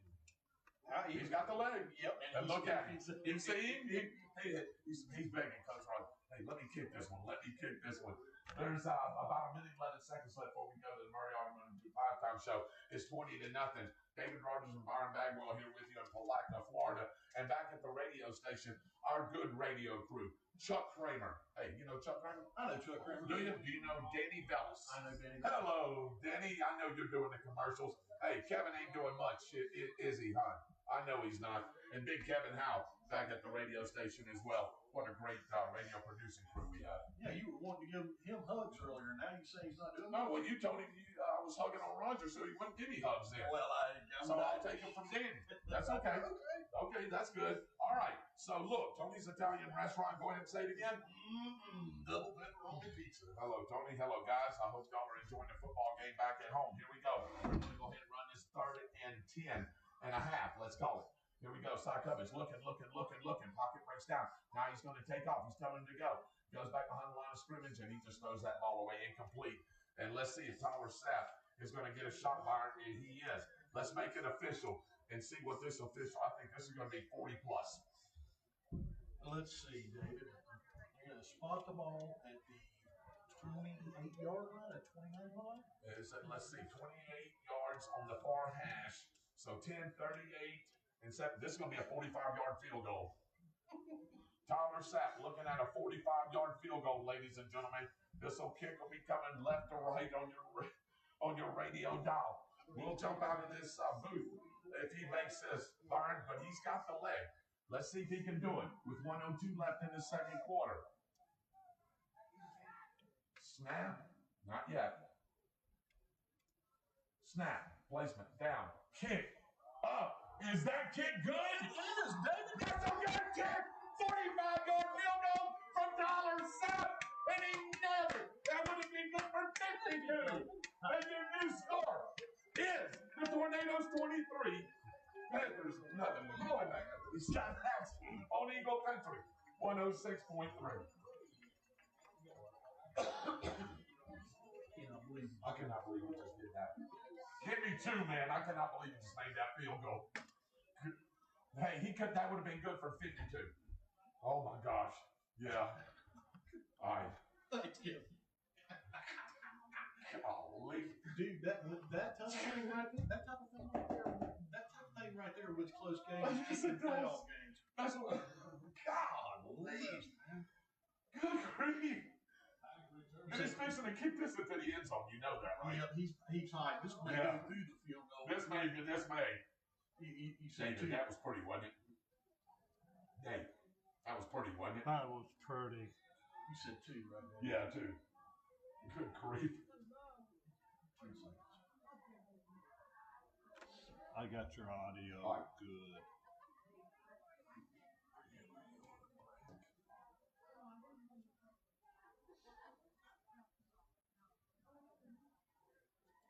Here we are, back to live action.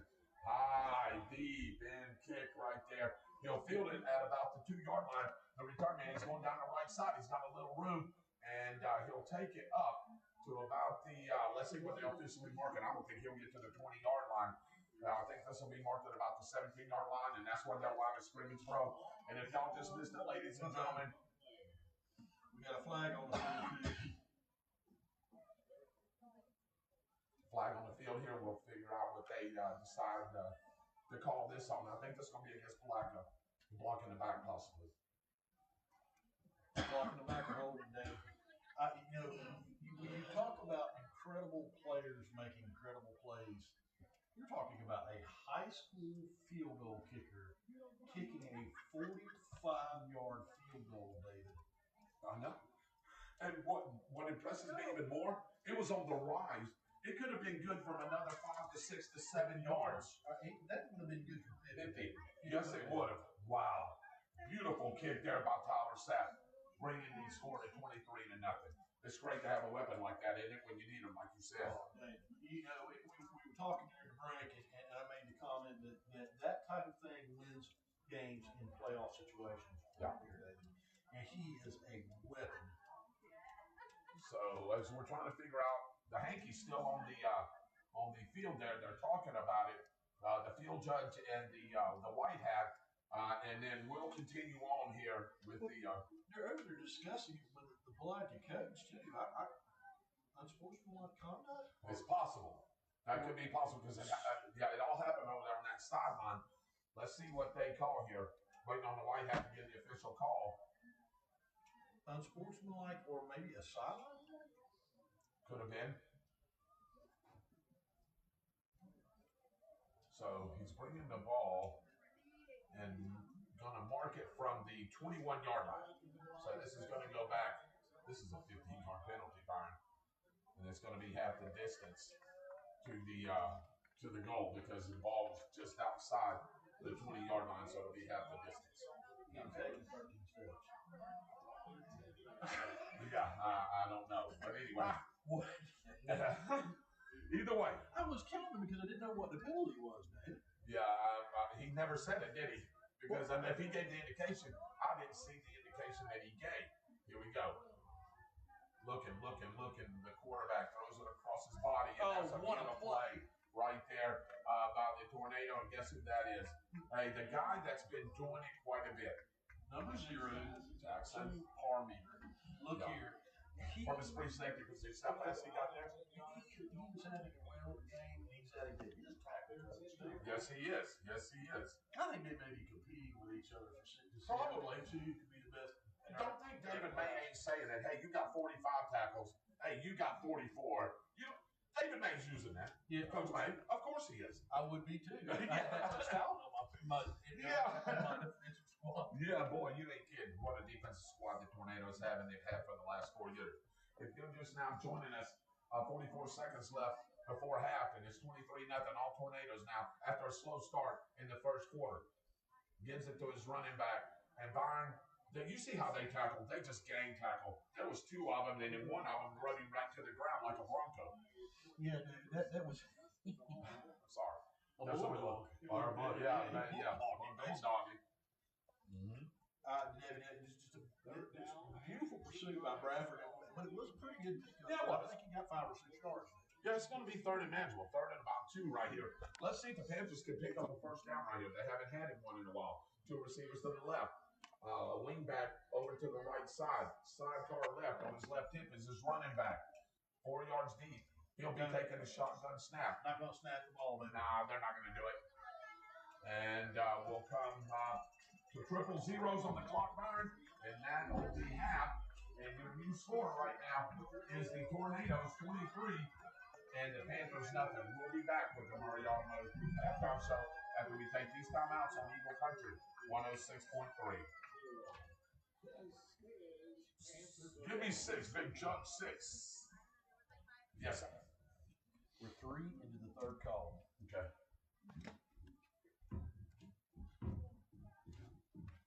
Hey, are you going down there to talk to you guys? Could you do me a favor?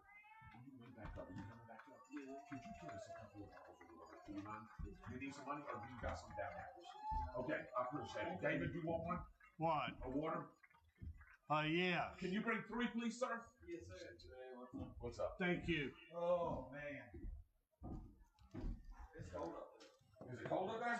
That wind hits you after the rain. Man. I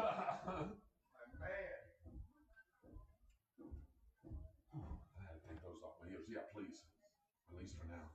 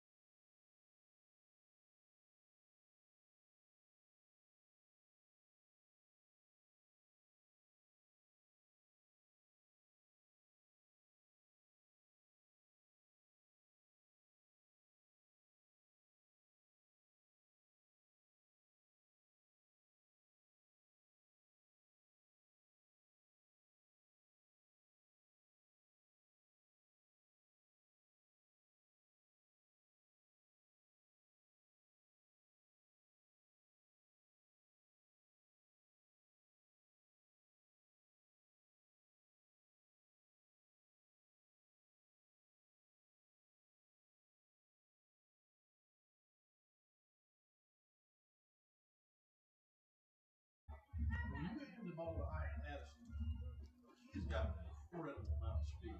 So if there's nothing up the middle, he breaks it outside. He could very well be gone, just like he was on that touchdown play. Now, granted, that was not 2 yards, but if that were in the middle of the field, he'd have gone a very long way because there was nobody on that side of the field at all. They were trying to clock the middle. No, and you're exactly right. Again, welcome to the Murray Automotive Group halftime show.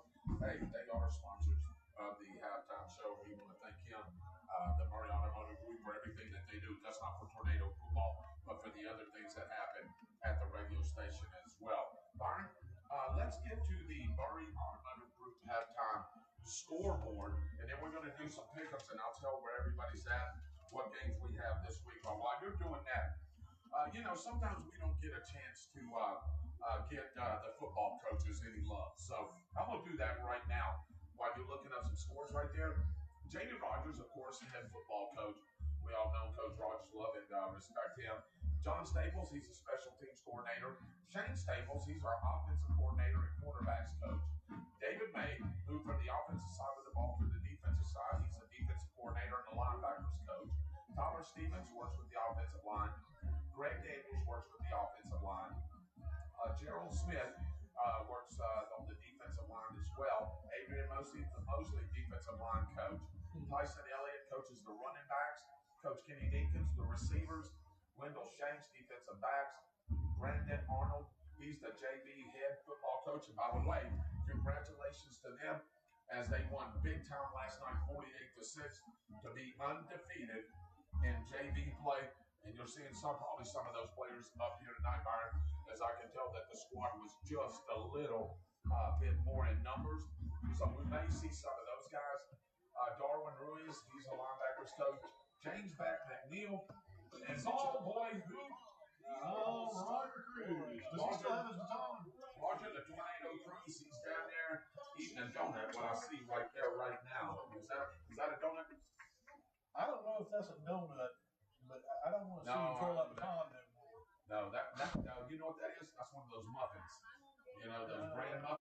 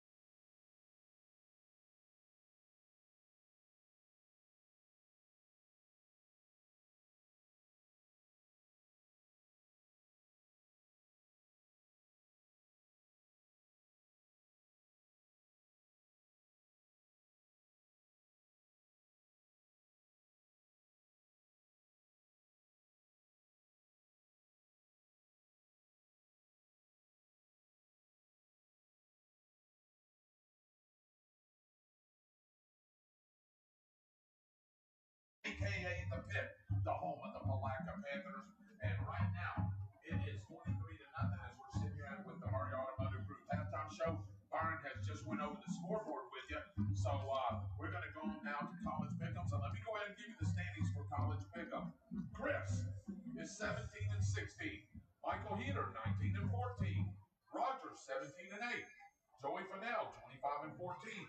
The Sheriff, 20-19. Boy, that's a bad record. Kurt Miracle, 21-18. Just kidding, Sheriff. Kerry, 24-15. J Car, 21-18. Big Josh, hey, 23-11. Cliff, 21-15. Drew Davis, 25-14. Mitchell, 21-18. Jimmy Smith, 19-20, just like his brother. Not good record at all. Jeremy, 17-8.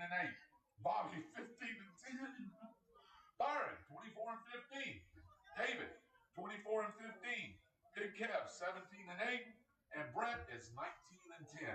So the reason there is a differential in games is because some people didn't join us at the very first, or I didn't get their picks, by the way. So that's records that will differ. So anyway, if people would turn in their picks to me when I asked them to, maybe we could get them all in there. But that's okay, because I've got pick'ems for this week, and we've got some great games right here. Starting with game number 1, the Air Force at the Navy Midshipmen.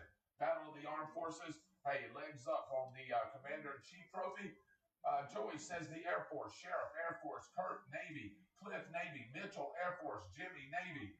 Roger, Navy. Big Josh, Navy. Drew, Army. What? No, Air Force, Drew. Come on now. Get it right. Air Force. Kerry, Navy. J Car. That was me writing it down. Navy. Maybe that's why I'm winning. Byron, Navy. And David, Navy. That's exactly Brett, Navy. And Bobby, Navy. Is that right, Bobby? Yeah, okay, he said yeah. And that's exactly why you're winning, too, by the way. Yeah, no, we're tied. And there's some records better than us. All right. Number 14, Iowa State Cyclones at the Cincinnati Bearcats. True Bradford guys going at each other. Manny Cubby for the Bearcats and Jontez Williams for the Cyclones. Well, guess what? I told you at dinner today, bad news for Jontez Williams. He tore his ACL, and he's out the rest of the season for the Iowa State Cyclones. He was on the Jim Thornton Award watch list, and he tore his ACL. He had an interception return for a touchdown last week, and I do believe that's when he tore it. So no Jontez Williams for the rest of the year, so we'll figure out where that's going to happen. Anyway, Joey says Iowa State. Sheriff, Iowa State. Kurt, Iowa State. Cliff, Iowa State. Mitchell, Iowa State. Jimmy, Iowa State. Roger, Iowa State. Big Josh, Iowa State. Drew, Iowa State. Kerry says Cincy. J Car, Iowa State. Byron? Iowa State. David, Iowa State. Yep. Brett, Iowa State. Bobby, Iowa State? Okay, just making sure. You're standing behind me. Want to make sure. All right, here we go. Number 24, Virginia Cavaliers at the Louisville Cardinals. Here we go. Joey says, give me Virginia. Sheriff, Virginia. Kurt, Virginia. Cliff, Louisville. Mitchell, Virginia. Jimmy, Virginia. Roger, Virginia. Big Josh, Louisville. Drew, Louisville. Kerry, Louisville. J Car, Louisville. Byron? I'm going to take Virginia. That's really good. I appreciate you doing that. I'm taking Louisville. Yeah. Brett, Yeah. Louisville. Bobby? Virginia? Yep. Is that right? Is that what you put down there? Virginia? Is that your pick? Oh, yeah. Good grief. All right, here we go. Number 9, Texas Longhorns at the Florida Gators. All right, here we go. Joey says Texas. Sheriff says Florida. Kurt says Florida. Cliff says Texas. Mitchell, Texas. Jimmy, Florida. Roger, Texas.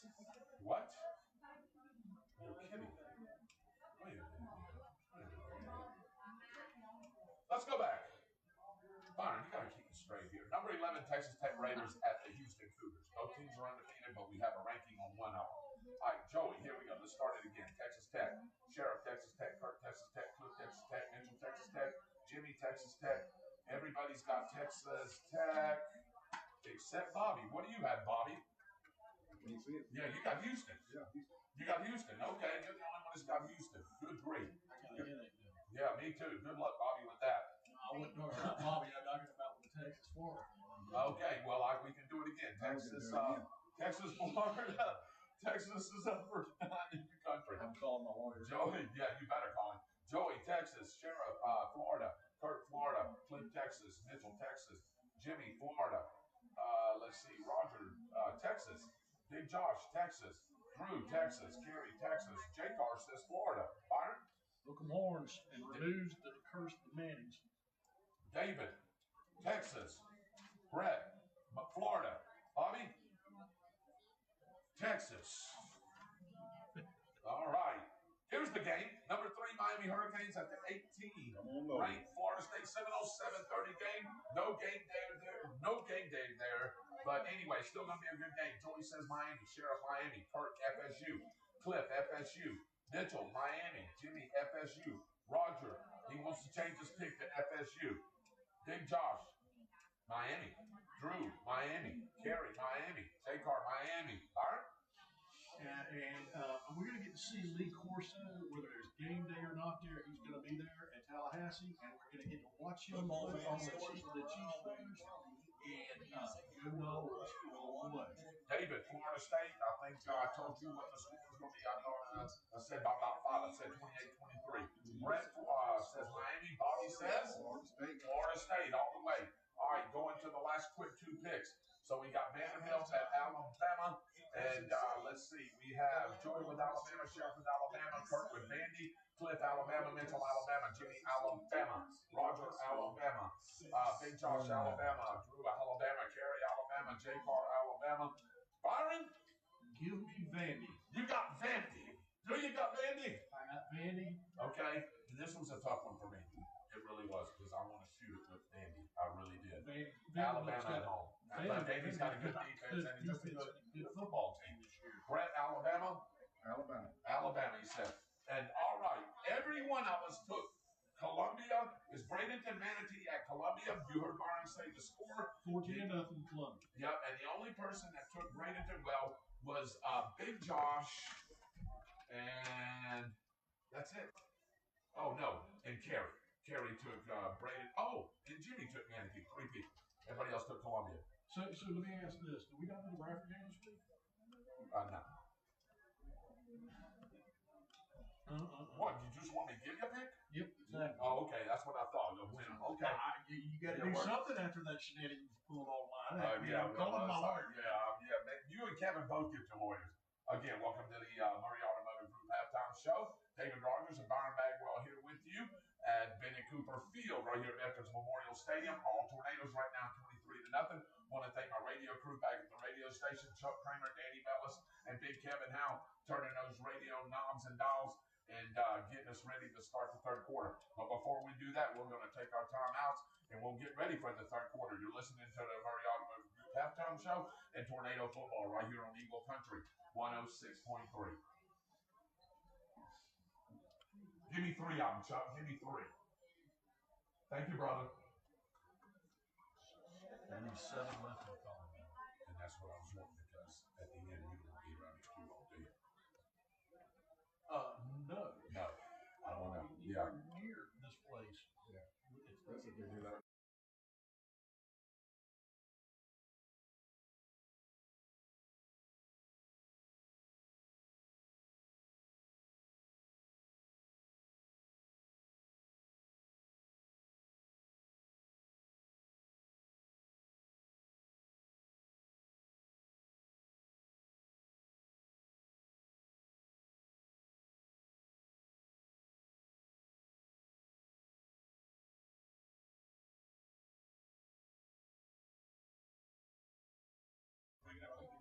I know. How do you do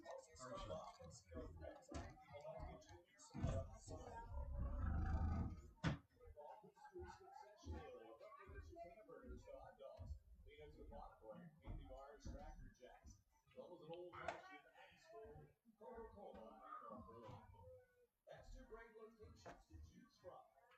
2 great locations to enjoy wonderful food and drink. Thank you once again to the Kiwanis. Welcome back to Veterans Memorial Stadium, home of the Palatka Panthers. They call it the pit here. Byron Bagwell and Dave Rogers here with you. All Tornadoes 23-0.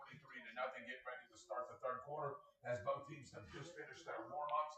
I do want to talk about something really quick before we get started in the with this third quarter with the Tornadoes up big right now. Hey, Byron, you know, I've seen those cheerleaders over from Palatka, and they've got their pink shirts on and their pink pom-poms on over there. And I see the home side over there.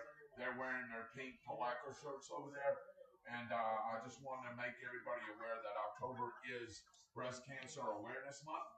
And to all the ladies that have battled this or is battling this disease, that our thoughts and prayers go out with you. And we hope that you're in recovery.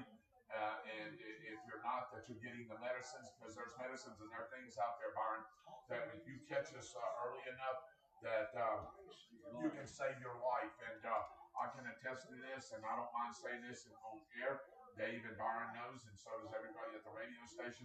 Shelly Rogers had breast cancer, and she has fought that and has beat that, and she's in full remission right now. So to my lovely wife, she's back home listening in to the radio broadcast, but to all the women in Bradford County and all over our world. And I just want to say our prayers and thoughts go out to each and every one of them. Absolutely, David. You know, that breast cancer, lung cancer is a horrible disease. And it's a worthy cause to support.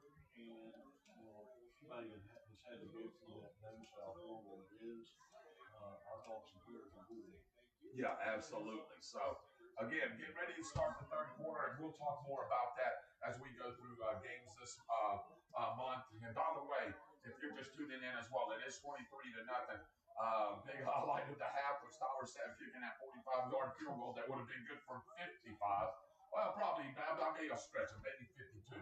But either way, it was still been good from a little bit more distance than that. But I want to say that this is our last road game, Byron, and Tornado Nation and fans, that we have to go on the road, regular season road game. And then we've got some home cooking coming for the next 3 weeks. The Tornadoes are looking to finish 9-1. And let's see where the playoffs set us. You know what I mean? See where the rankings are. A lot of things come into factor. And somebody asked me, and we did some things at work about the formulas on how this worked. Well, we ran a couple of formulas, and we used the FHSAA formulas. And I don't know, there's something going on the middle of the field. The coaches are talking amongst each other here, and our coaches are out there on the sideline, and Palatka hasn't really come out to their sideline right there. They're sort of on that side of the 45-yard line.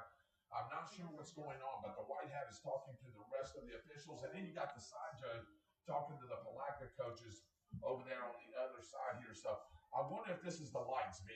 I wonder if something happened with the lights, because you notice how it went dark on this side of the football field, and they're probably wondering if we're going to play. Now they got the lights up on this side here, but on our side where we're at on our booth here, it's off from about, let's say, the 45-yard line to the back of the end zone? The back of the end zone, I think the set of lights is going out of it. Yeah. This side is lit up. Yeah, it is. Yeah. So I don't know if they're going to call this game because of the lights. Yeah. And the possibility of it being dangerous to play on that side of the field. Byron, it looks like they're trying to adjust some of the brightness on those lights, and it looks like that side of the field is starting to light up a little bit. So right now, there is play stoppage as we're getting us ready to start the third quarter, and I guess they're talking on what they need to do here or how this is going to be affected. Right now, officially, this would be an official ball game, Byron, because we did play a half. So if it had to be called or whatever, the Tornadoes would get a 23-0 win and another shutout. But they're discussing that right now. And as I can tell, guys, look, it seems to be brightening up a little bit more. I'm not saying fully, Byron. Is that what you're sort of seeing up here from the press box area? A little bit, David. You know, yeah. If it was two sets of them, I would say, no, we don't need to do this. But Right. Let these kids play. Yeah, I say let them play too. And again, I think it's lighted up enough. I mean, we can see what's going down on this side. It's already a bad angle from the way this press box is set up to really see in the corner of the end zone on the near hash here. But hey, I think it's starting to light up. That whole side of the field there is lighted up. If nothing else, just play half the field. You know what I mean? And do that. It can be done. I've seen it done. It wouldn't be conducive to do that, but I have seen it done. and you can play half the field and just, use up the yardage every time you come back. That would be a pain to do. But let's see here. The players are coming over to the sideline. The Panthers are they're still over there by their home crowd and not officially to their sideline. So we do have a play stoppage right here. And as we do, I'm going to read over the rest of the sponsors. And if you want to pull up the scoreboard and see where some of those games are at. But Tony's Italian Restaurant, I love the way you say it. Open for lunch and dinner every day but Sunday. And Triple pepperoni pizza. yeah, Tony, make sure you fix us one, brother. Pereira Funeral Services and Archie Tanner Memorial Chapel. The Chiropractic and Injury Clinic headed up by Dr. Matthew Lowry. And Madison Street Pharmacy. John Bora, owner-operator. I tell you, we really love each and every one of our sponsors. And we couldn't do tornado football without them, Dave. No, we really couldn't, David. And now both teams are going back to the end zone back here, or at least Bradford is, until they figure out. And I guarantee you this is a lighting issue for sure. So we've got play stoppage right now, like I said, with the start of the third quarter coming up, and the Tornadoes are up 23-0. Let's do this. Let's pay some more bills, and we'll be right back after these timeouts on Eagle Country 106.3. Give me three. We may not be playing the rest of this game. It's pretty dark on this right side. So, all right.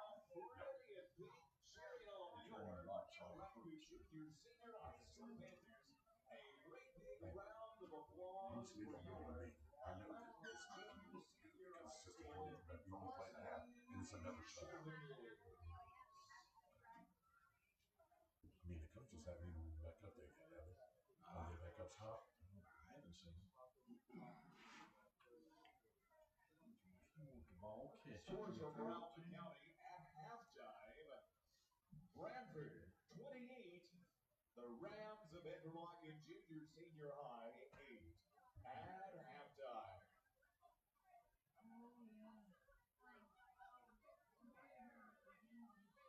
You said 3? Hey, Kevin, let me run something by you and Chuck. All right. Okay, hey, let me run something by you and Chuck.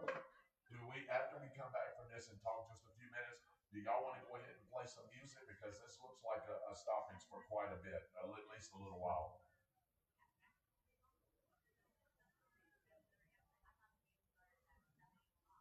Okay, let's do that. I'll call it as soon as you.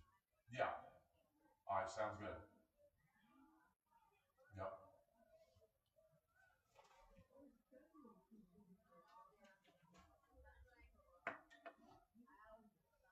Here we are back live at Bennett Cooper Field, Veterans Memorial Stadium in Palatka, Florida, a.k.a. known as the Pit. So this is what we've got, ladies and gentlemen. I'll set up the scenario for you. Just coming off the Murray Automotive Group halftime show and get ready to start the third quarter. If you're just joining us, it's all Tornadoes 23-0. But as we was getting ready to come back to play the third quarter, the lights went out on the right side of the near side here where me and Byron are sitting in the press box. And it's the what do you call this, Byron? The south end zone here. The lights from about the 45-yard line where we're looking at all the way back to the end zone is pretty dark on this side. The rest of the field is lighted up, but the officials are out there talking, and I think they're waiting to see if the maintenance crew from Palatka here can get those light fixed so we can get started with this third quarter. So we are at a play stoppage right now. It is not weather related. It is a technical issue related, and we're trying to hear what the stadium announcer's saying right now, and I do believe he's repeating exactly what I said. So, hey, look, let's talk about our things that we do here on WEAG Eagle Country 106.3. We can keep informed with Eagle Eye News at 7, 12:20, and 5:20, Monday through Fridays, and on Saturdays at 7 and 12:20, right here on Eagle Country 106.3. 2 for Tuesdays gives you double shots of your favorites. Throwback Thursdays gives you a mountain of memories. How about the Chuck Kramer Show? By the way, Chuck Kramer will be retiring here toward the end of the year.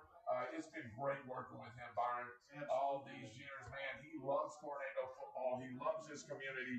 He loves his people. And I really want to thank Chuck and Mary and the whole family for what they do.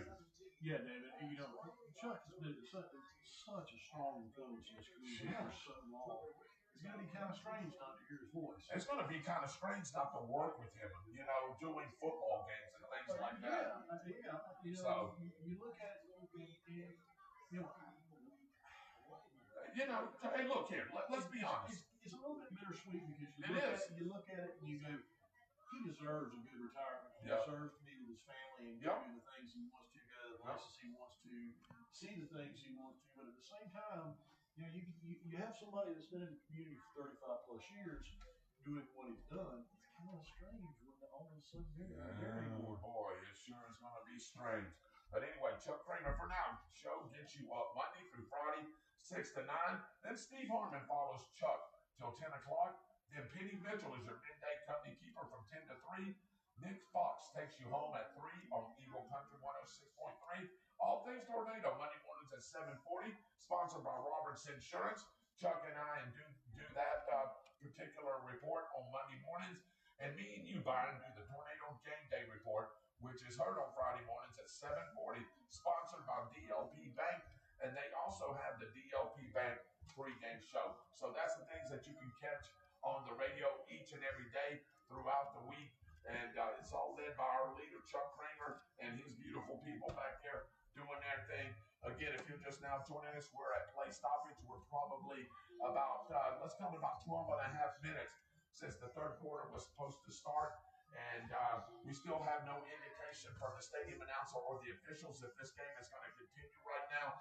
Byron, I can't really tell. It looks like it's trying to brighten up a little bit, but it's still got a little bit to go. Yeah, David, it's still dark in the very corner of the end zone back there. I wonder if something happened with the theatrical power on that side, David. I'm wondering as well because everything seems to be lighted up and working, to include the play clock, Byron, that sits on that side. But let's do this. Hey, let's give our listeners a little time for some music. Let them listen to some music.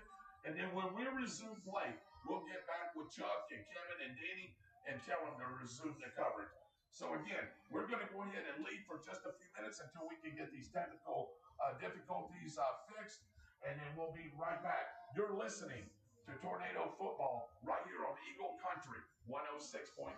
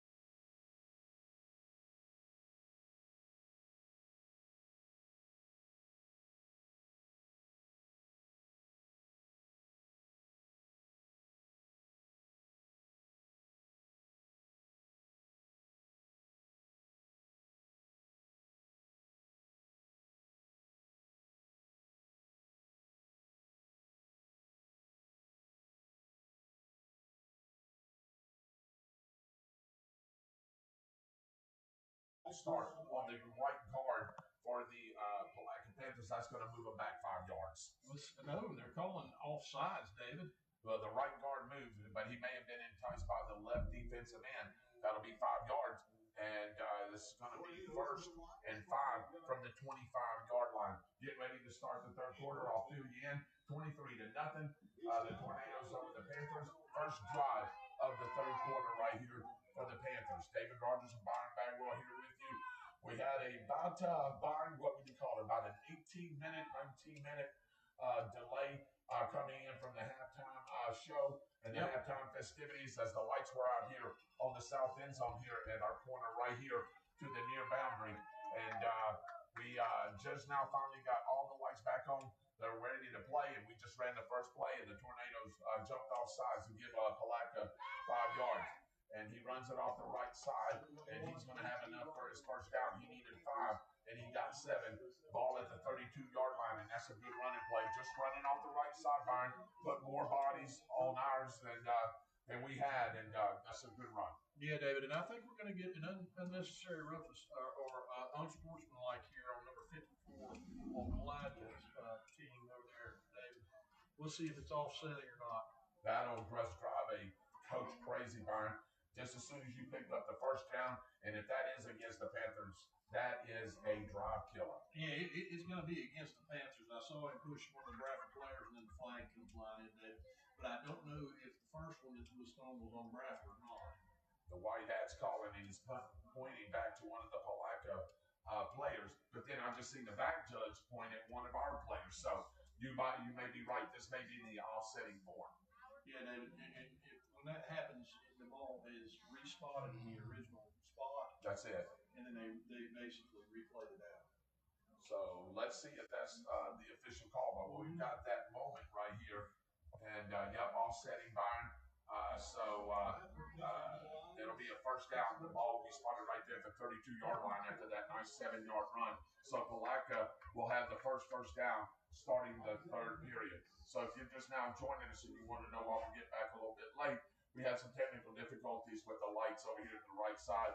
They're all up and working now, and we're getting ready to finish off this football game. Yeah, David, that was actually after the play was over. That's why they didn't back it up and replay it down. That is correct. So 1st and 10 for the Panthers, moving right to left on your radio dial from the 32-yard line. Ball on the far hash. The Tornadoes in a 4-3 look. Gibson on a jet sweep. No, he kicks it on an RPO, and I bet he would have. I bet he wish he would have gave it to number 21 right there because he got driven maybe after a yard gain. Yikes! Yeah, that was. Yes, it was. Yes, it was. Yeah, Number 17. Yeah. Danny Torres.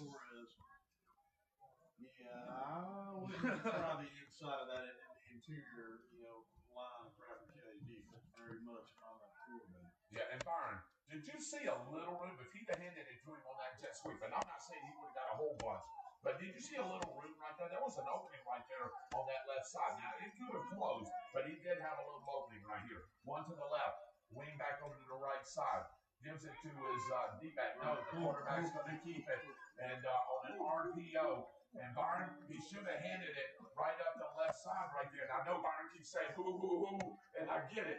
But, hey, that quarterback should have handed it to that running back. He'd have had about 4 yards, but instead he decided to keep it on the RPO. And guess who was in there all over that? Nate Raymond just crushed the quarterback just then, David. Yes, he did. Crushed him coming from that linebacker spot. Yeah, and this is going to be third, and let's call it a long 13. The line to gain, where the flag is at about the 42.5-yard line. 2 receivers to the left, 1 to the right.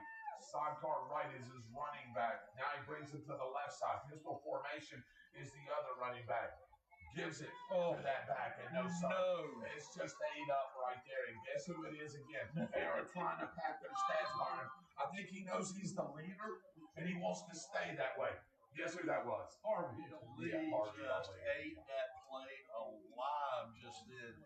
Great awareness by him, David. Penetration right there from that front four, and they've been in the backfield here for the most of the last 2.5 quarters, and they lost 3 yards. It's going to be 4th and a long 15 for that first down in punt formation is the Panthers.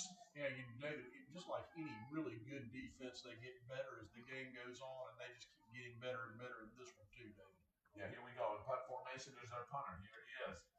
So that's a nice punt going to the far boundary. Just get out of the way.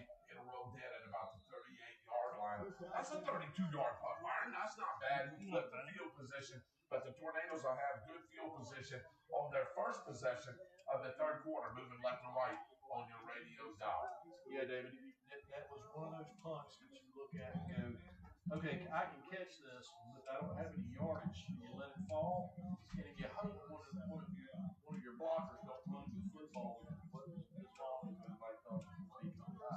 50, 54, 77, 75, big 78. Those big offensive linemen right there. Byron, that is some beat. And I've heard teams in the area say, ooh, y'all got a big offensive line.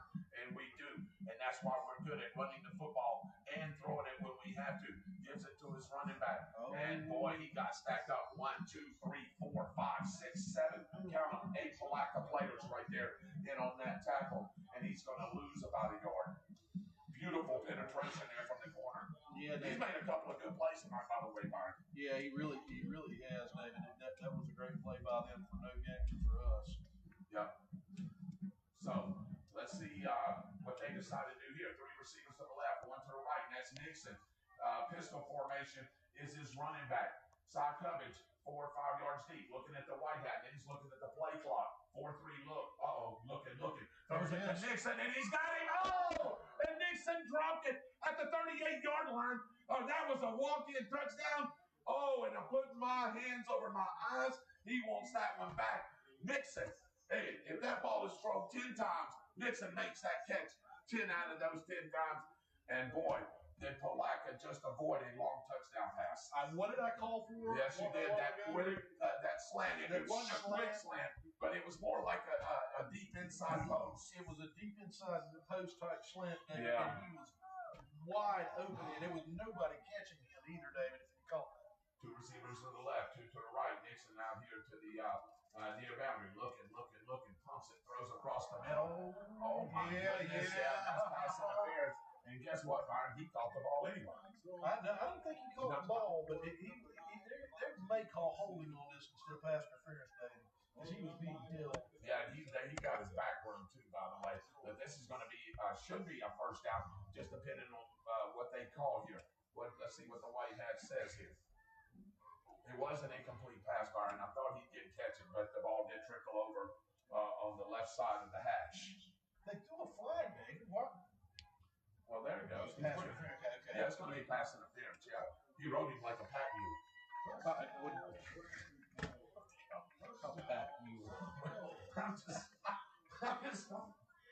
I'm just saying.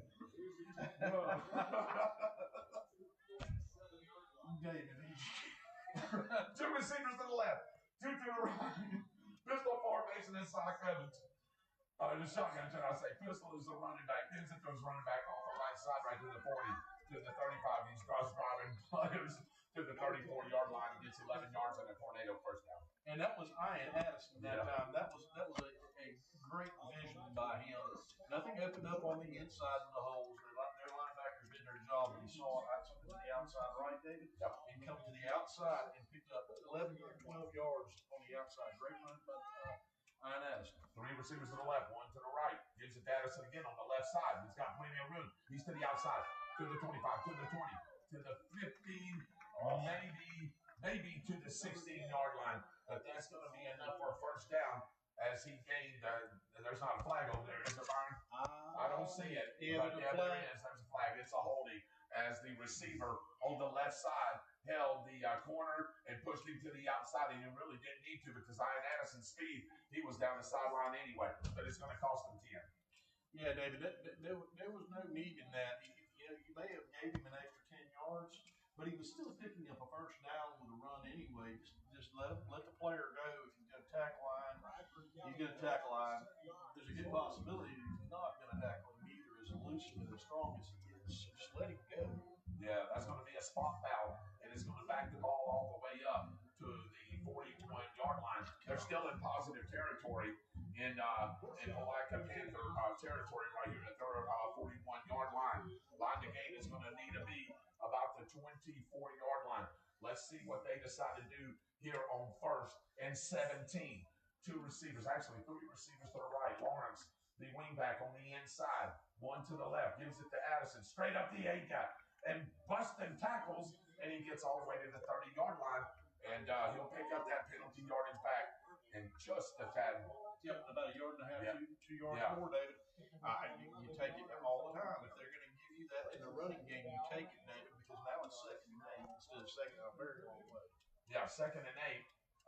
And let's go with 2nd and 7 from right there. So here we go. Gives it to him again, straight up the A-gap. And he's just following his blockers. And Byron, they're just opening up holes through the A-gap. The center, the left and right guard is doing a great job penetrating and pushing those defensive linemen. And then that linebacker tries to come and fill in, and he's just running over that linebacker. Yeah, David. He needed 7, and he got 8.5, and that's a tornado first down. Moving left to right on your radio dial. Here we go. Cubbage gives it to him again, straight up the A-gap. There's another little bit of a homer, and he pushes the ball forward all the way to the 16-yard line. They're in the Miracle Automotive Towing red zone. Don't pray for a miracle. Call miracle. David Rogers and Byron Bagwell here with you at Palatka Field, a.k.a. The Pit. Yeah. David, Palatka's defensive line needs a miracle right now. They're being pushed back 5 and 6 yards every time. Here he goes on a little jet sweep. Now he takes it back to the inside, and that's a great play because he would have lost yardage. He's seen that middle was open, Byron. The wingback, I think that was Elijah Lawrence, in on that little jet sweep, and he takes it up the middle for almost 6 yards. Yeah, David, that's a first down. Yeah. Well, actually, it is a first down. Yeah, that's a great play right there. Yeah, David, good vision by Lawrence, David. And I'm going to tell you what they're doing right here. Do you see the Panthers trying to rotate players in? Here's the problem. Since the Tornadoes have gotten into this up-tempo offense, they can't rotate those players. So the Tornadoes' big offensive line is just wearing them down. And that's why we're getting some of those big runs up the A-gap. Two receivers to the left. Cubbage looking. Pocket breaks down. Rolls to his right. Now back to his left. Now he throws it across the field. And it's caught. Oh, and it makes one. Oh, my goodness. I hope he's okay, Byron. Touchdown. I hope he's okay, too. Oh, he's okay. Uh-oh. He's down, Byron. He didn't catch that ball. And that's a Tornado touchdown. I do believe he got in the signal. It was a touchdown, but he's started over there, Byron. Did you see how he awarded it back over? Yes. Oh, my goodness. And, let's see if he gets back up, B. I hope he gets up on his own accord. But there goes the trainers, there goes Coach Rogers and everybody. That don't know. He's back up, Byron, on his feet. And look at the Tornadoes helping him out right there. And he's not putting any weight on that right leg. And that's Phillips, David. Yeah, that is Chase Phillips. Wow. Impact player. And I hate to see this, Byron. He's down on the ground again. So let's take a timeout. We were at an injury timeout. That was a touchdown right there from Cubbage to Phillips, but I think Phillips is going to pay the price for that. We'll be right back after these timeouts on Eagle Country 106.3. Give me 2. Wow. David, I think you're stretching. I think that may be Okay, well, I hope so. Hey, David, where's the rest of those waters? Yeah, they got a hold of his leg up in the air. If that was a knee, they wouldn't have him up in the air like that, would they? Do you have any more of those waters? Dave, do you have any more of those waters? Did he bring any more of those? Waters? Yeah. He did, and that was it? Oh, no. I thought he brought more. No, They went up with him? That's not good. No, that's not good. He ain't putting no weight on that. Hate to see that.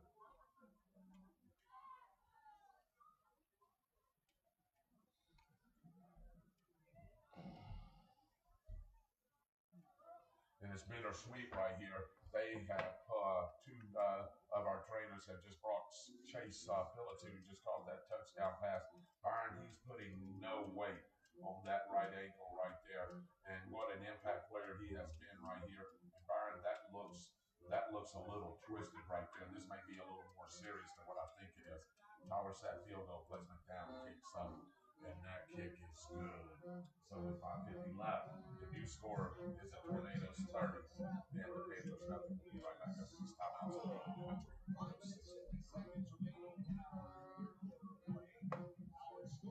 Yes, sir. It's all commercial.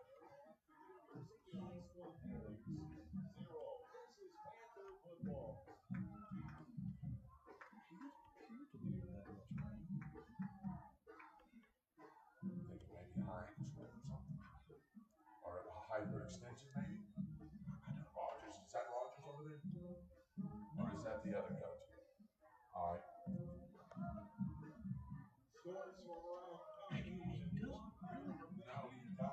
He's hurt really bad, Dave.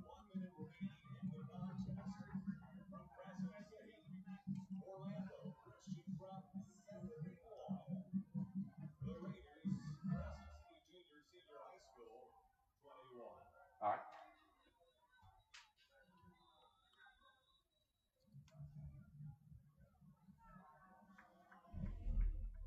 Tyler's out getting ready to put total leather from his own 40-yard line. A great touchdown catch by Chase Phillips, but Byron and Tornado Nation and fans, one of the best players that we have on this football team right now is laying right there on the bench, and they're looking at his leg right now. And we'll try to give an injury report as we can get it. But that was a great pitch and catch there from Cummins to Phillips, and they just accordion him over, Byron, and we really can't tell what that. I don't even want to guess what that injury is, but he was holding that right leg up, but he couldn't put no weight on it at all. Yeah, David, and they're working on him right now. It doesn't appear to me that he is in too great pain right now, which is a good sign. Yes, it is. So here we go. On that kickoff, he returned it back about 12 yards from his 8 to the 20-yard line, and that's where the line of scrimmage will be for the Panthers. Moving right to left on your radio dial. The Tornadoes have played a great defensive ball game ever since that first series, and once they figured that out, Byron, and they did quickly, it shut down, and they haven't really done much since then. Let's see what they can do with this drop. 2 receivers to the right, 2 to the left. Shotgun snap, looking, fires the ball out into the right, and he should have caught that ball. It wouldn't have been for much, but he should have caught that football. Byron, that quarterback put it right there on the money.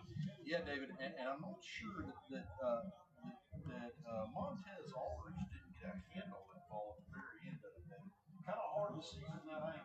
Yeah, what I seen was it was in his hand. Aldridge was all over him, and he should have made the catch. Yeah, I don't know if his hand ripped the ball out or what, or if he just didn't make the catch. No, he didn't make the catch. I'll give Aldridge credit if I see that, and it did look from his side, but that was just a missed catch right there. And there's a timeout. There's a quarter timeout. We're going to stay right here with 5:42 left in the third quarter, 30-0 right now. The Tornadoes all over the Panthers. Byron, what do you think? What do you think? What do I think about this?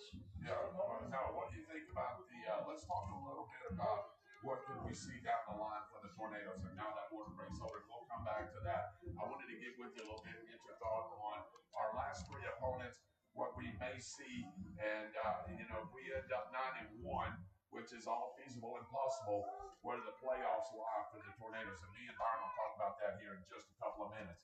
2 receivers to the right, 2 to the left, 2nd and 10. He takes it around the right side, and boy, he just ate up, and he just pushes him right there. Just stood him up right there, Byron. You cannot move laterally on the Tornadoes. You almost can't do anything on that defense, but you definitely can't move laterally, can you? No, he tried to come around the right side, David, and Cohen Siafi had a hold of him and was trying to bring him down, and then guess who? Kingston Booker came in and cleaned it completely up. Yes, he did. Great So, play, yeah. And it's all started. You think you gain yardage, and you lose 3 right there. So it's going to be 3rd and 13. Line to gain is just outside the 31-yard line. Let's see what the Panthers decide to do here. 2 receivers over here to the near boundary, 2 to the far boundary. He's going to bring his running back to his right hip right here. He's in a shotgun snap about 4 yards deep. Here comes the Tornadoes. A lot of pressure. He just got to throw that away, Byron. And I'm not sure if that's intentional grounding. I don't know if he got that past the line of scrimmage, Byron, but they're saying just incomplete. Yeah, they are. And this will be fun for him. we see the same thing here? Yeah, I smell something. It's not that wood chip plant that they've got over here. Was it that pat meal?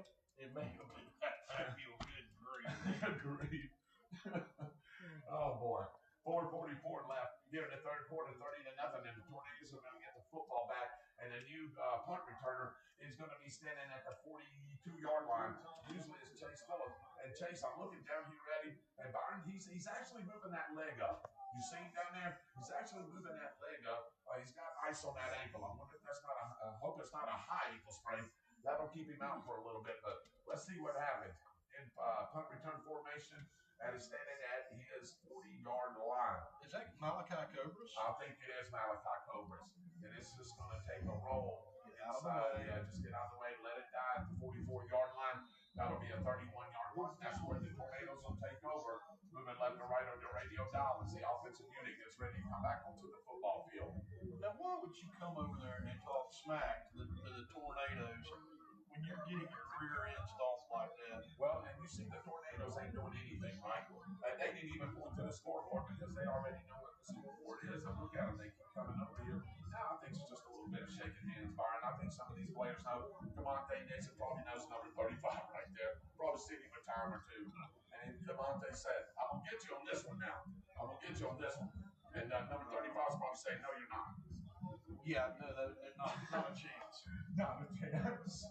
Two receivers to the right, two to the left, all on the far hash. Cy Cummings, the quarterback, the sophomore, in shotgun formation, standing at his 40-yard line.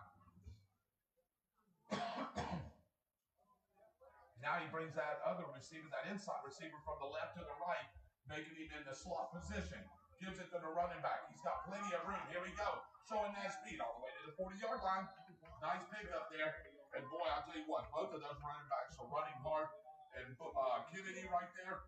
I'm not sure. Do you remember what the injury report was on Kennedy before he come back? But that was a good run by him. I think it was an ankle, David, but our offensive coordinator saw something on the right-hand side and shifted that formation and gave them that little 12 yards just then, David. That was a great adjustment on that play call. You're exactly right. Here we go. Now he's going to take it on the left side. And Kennedy's busting tackles and taking players, and here comes a flag. And I believe, Byron, they're going to call us for a hold right here on the inside in between the hash marks. Is it going to be a hold or is it going to be a face mask, David? Well, let's see what happens here. He is standing at the 40-yard line, but that flag come in at about the 37-yard. It is a face mask. Good. I didn't see his head rotate around, but he must have grabbed just enough. Let's see if this is the 5-yard variety. Yep, he's calling face mask. The reason we're having a hard time figuring out the 5-yard, 5-yard. Yep, seeing what the penalties are is because the referee, the white hat, is turning around to the home audience and doing those signals. Yeah, and he's actually calling it pretty quick. I'll give you to him on that. Two to the left, two to the right. Cy Cummings, shotgun formation. Kennedy in the pistol. Kennedy's got most of the carries on this drive right here. 4-3 look from the Panthers. Cummings looking, throws the ball deep. He's got it inside. Is that a touchdown? Did he keep it in? No, but that was a heck of a catch, and you kept saying about where Cy Cummings, even though that was not a completion, what did Cy Cummings do? Explain to our viewing audience what Cy Cummings just did.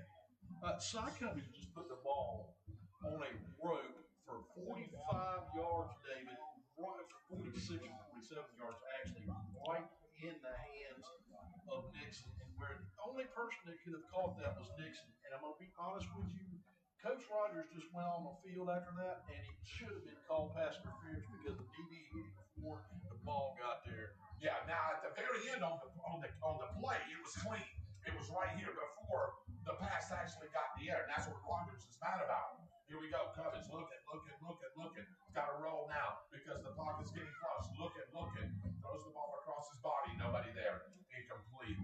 And a smart move right there by Cummings. He knew where the line of scrimmage was, just threw it where nobody could get it, and he's going to live to see another down. It's going to be third, and let's call it a long 6. You know, I don't know if I've ever called a sophomore football player cerebral before, but that's what Cy Cummings is doing. He's playing very smart tonight. Yeah, and I think, the first couple of games, he had to get used to that, get used to the flow of the game, the speed of the game, and now he knows it. He's been commanding this offense for 6 games, now 7 games. Number 2 comes in motion, gives it to his running back on the right side, spins. Oh, boy. that's a good tackle. That's a great open field tackle by number 2. Is that offered again? That's offered again. That's offered again. And he ain't the biggest guy in the world, but he sure did lay a lick on Keyshawn Kennedy then, didn't he? Yeah, Wow. He did. 4th He sure did. and 6. They nothing right there. And they're going right here. And Chase Phillips is still on the sideline, and people are coming over and checking him out, make sure he's okay. And now Ian Addison is the running back standing in the pistol. 4th and 6. Brings number 2 in motion from right to left from the formation. He's looking at Rodgers. I want to see if they're going to see if they make him jump. He's still got 11 seconds on the play clock. Down to 8, down to 7. 3 receivers now to the left side of the formation. Looking, throws the ball across the middle. He's got him. And that's Nixon. And boy, hey, I'll tell you, that was a nice down and out route. And he just turned right there at the 20-yard line. And guess where that football was? As soon as he turned around and was right in his hands, that's a tornado first down. Well, that play right there is indefensible with Nixon. His body is so big when he makes that turn. If that BB's not in front of him and he's actually behind you, you can forget that, David. Yeah, 3 receivers to the left, 1 to the right. Nixon, who just made that catch. Cubbage having a great night. Running back in the pistol. Is that Addison? It is Ian Addison. Ian Addison putting his hand on his hip pads there. Throws it out here to the flat. And boy, that's a great, well, he ain't made it yet. Now he's getting some help. That's a great open field tackle over there by the right corner. And now, we've talked about Cy Cubbage all night long. If Cy Cubbage puts that to the ball where it should be, that play may have had a chance, David. Instead he threw the ball behind the receiver, and that gave them a chance to come in and make that play on defense because the play took too long for him to turn it up the field at that point. Here we go. 3 receivers to the right, 1 to the left. Gives it to his running back on the right side. He needs another block right there. And boy, he punishes one. And then he's gonna still be short NDB right there. I think he got the penalty yardage and a couple of more. Yeah, that was Darrell Harris again, David.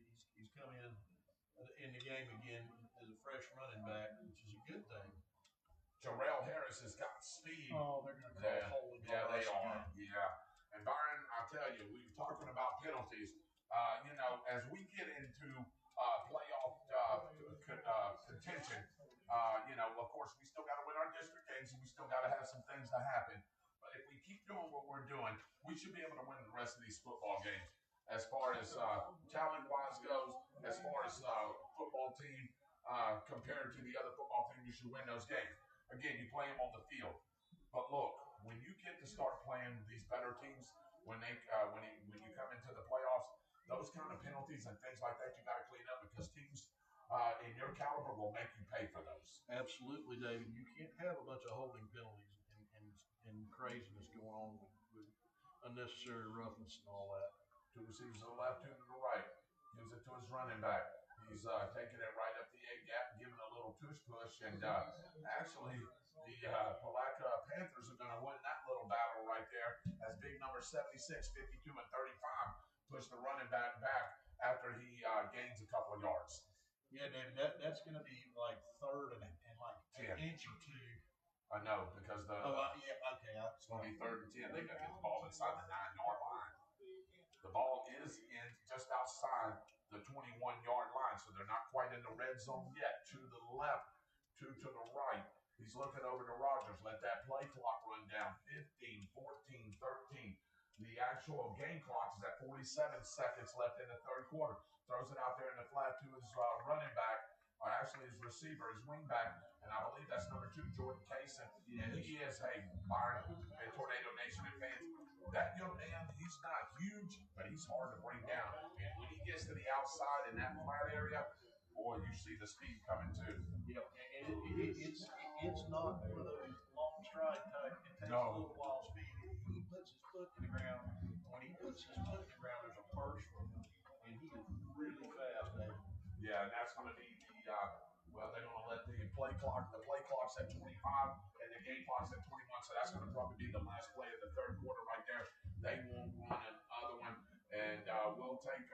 timeouts right here. We'll get ready to start the final quarter after we take these timeouts on Eagle Country 106.3.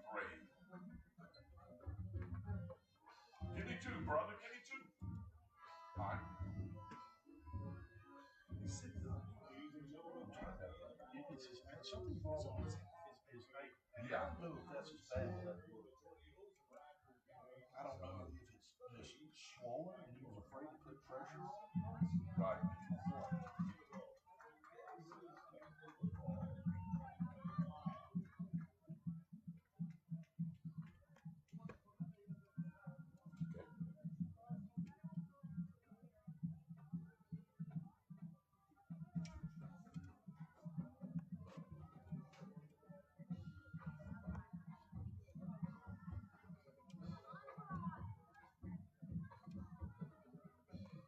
All right.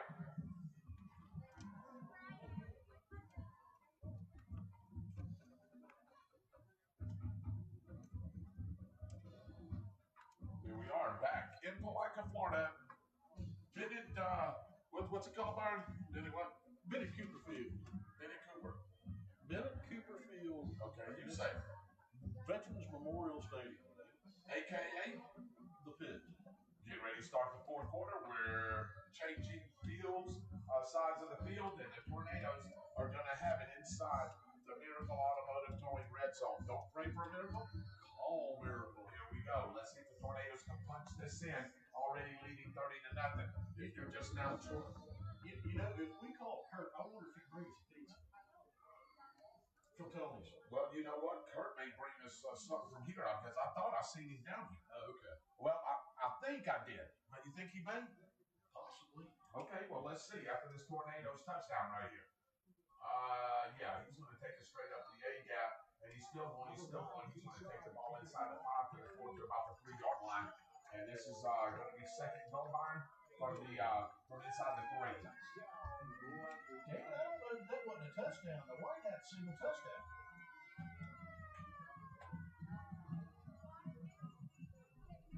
No, I don't think quite yet, Byron. David, when he puts both hands up, isn't that a touchdown? Yeah, well, he sure did, but I guess the side judge overruled him right then and said, no, he's just a bit short. Because I was waiting for Tyler Sapp to come out here and attempt the extra point. But here we go, side coverage in a pistol formation, ball at the 3-yard line. Gives it to his running back, takes it up the right side. Boy, he gets stuffed up. There was about 6 Palatka Panthers starting with their defensive end and their edge rusher just beating that running back and steadying him up, and he had help from his from everybody else, and that's going to be a turnover on downs. We need score on that game. David, I think we scored on that play and we went for 2 is what I think was happening. Because it's now 36-0, David. Yeah, it is. And I guess he indicated that it was a touchdown, and we went for 2, so it's 36-0. I mean, Yeah. You did see the White Hat, huh? Raised his hand. I mean, you can't really tell what he's doing over there. Well, definitely saw 2 hands in the air for signaling touchdown, and then they come back out and like to run another play. And I guess they hurried up out there to run a 2-point play. That's what happened. Yeah, now there'll be a running clock, or it should be now with it 36-0. Yeah, well, it should be. They're not running the They're clock. not running it yet. So let's see what happens on this ensuing kickoff. As Tyler Sapp will be kicking from the far hash from his 40-yard line. 36-0. That was a great running play right there. And you know what? I was looking for some excitement on that touchdown run. And there wasn't really any, was there? From them. I mean, from the it's like, okay, we just cashed one in. Yeah, well, it's every day. Yeah. It's every day, let's do it type thing. Yeah, now it's running, DC, at 11:31, 11:30. Here we go. And over in kick. It'll be fielded at about the 13-yard line. He's going to bring it around the right side. He's got a little room, and then it shuts down in a hurry as he brings the ball up to the 29-yard line. That's a 17-yard return, and like a first down. Move it left to right on your radio dial. Down 36-0, and the Tornadoes are now going to try to preserve this shutout with a running clock. Yeah, David, and you know the defense is now playing for their pride. They don't want Palatka to get another yard, let alone into the end zone, David. That's exactly right. And Tyler Sapp, another perfect night. a couple of times, and went to the one time, and then Psycho, I think that was supposed to be a 2-point play, and Psycho just tried to kick it. And but Tyler said anytime he's been out on the football field, he's been perfect. Kickoff's been good, and a 45-yarder to boot with that. Yeah, I'm going to be honest with you. That Psycho point attempt, that didn't miss by that much. No, it didn't. Here we go. Gives the run back going around the left side, and the Tornadoes will make the tackle. Yeah, at the 34-yard line.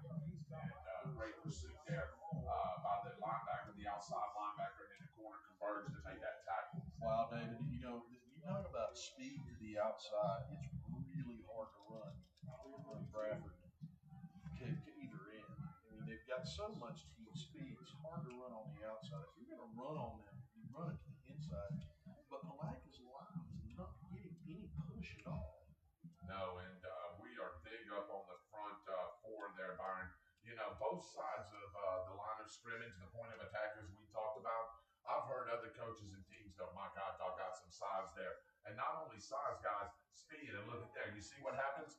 You know, somebody will stand them up, and then how many was there? There was 3 of them to help out with the tackle. They diagnosed it. Number 17 diagnosed that play very, very well. We called his name Danny Torres. Over again. That's Danny Torres.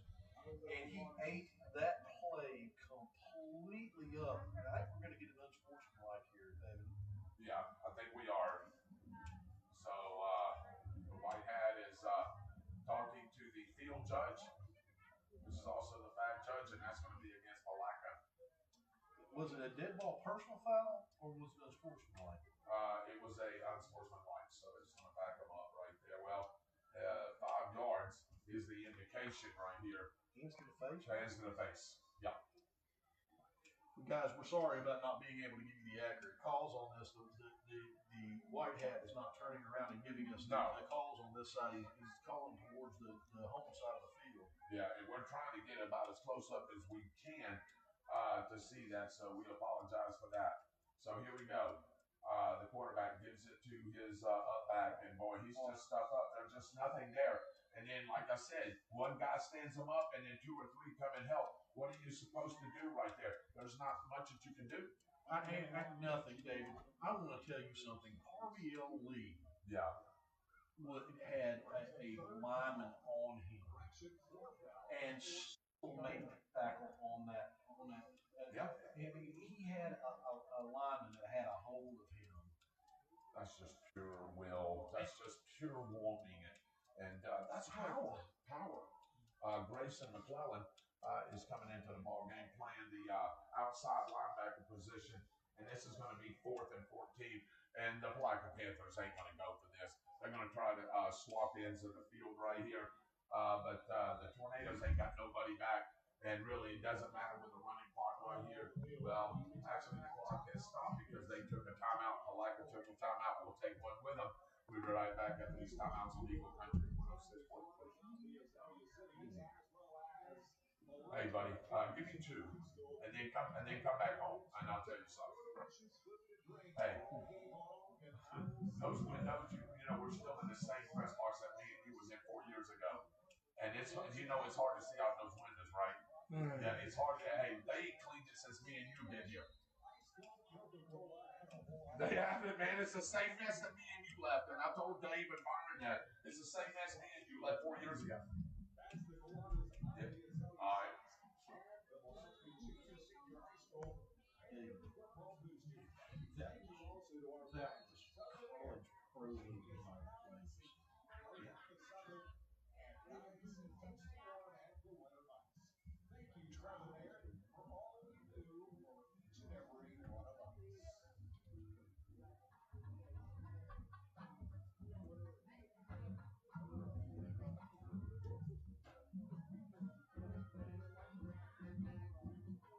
Back here in Palatka, Florida, and it's all great news for you Tornado fans as the Tornadoes are up 36-0 with a running clock.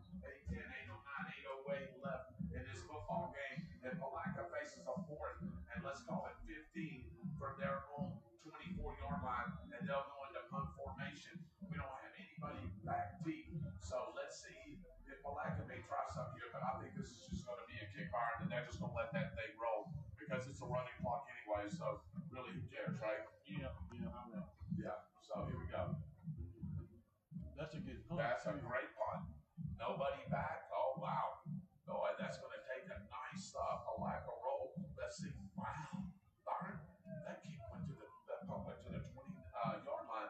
That's a 56-yard punt. Wow. And guess who that was? Ooh, we talked about him multiple times tonight. Is that Alford again? That was Alford. He put a foot into that? That was Alford. 56-yard punt by Alford. That's a good thing that's happened for Palatka tonight, wasn't it? Boy, that was a great punt. Alford did a very good football. Yes, he is. He sure is. Tommy Alford.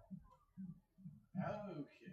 All right, what do you have, B? Come on, Ted. Talk to Newberry is beating Santa Fe 14-0 in the third quarter. Okay. Trenton is beating Oak Hall 28-26 at the half. That's a close game. Those are two good football teams, believe it or not. Okay.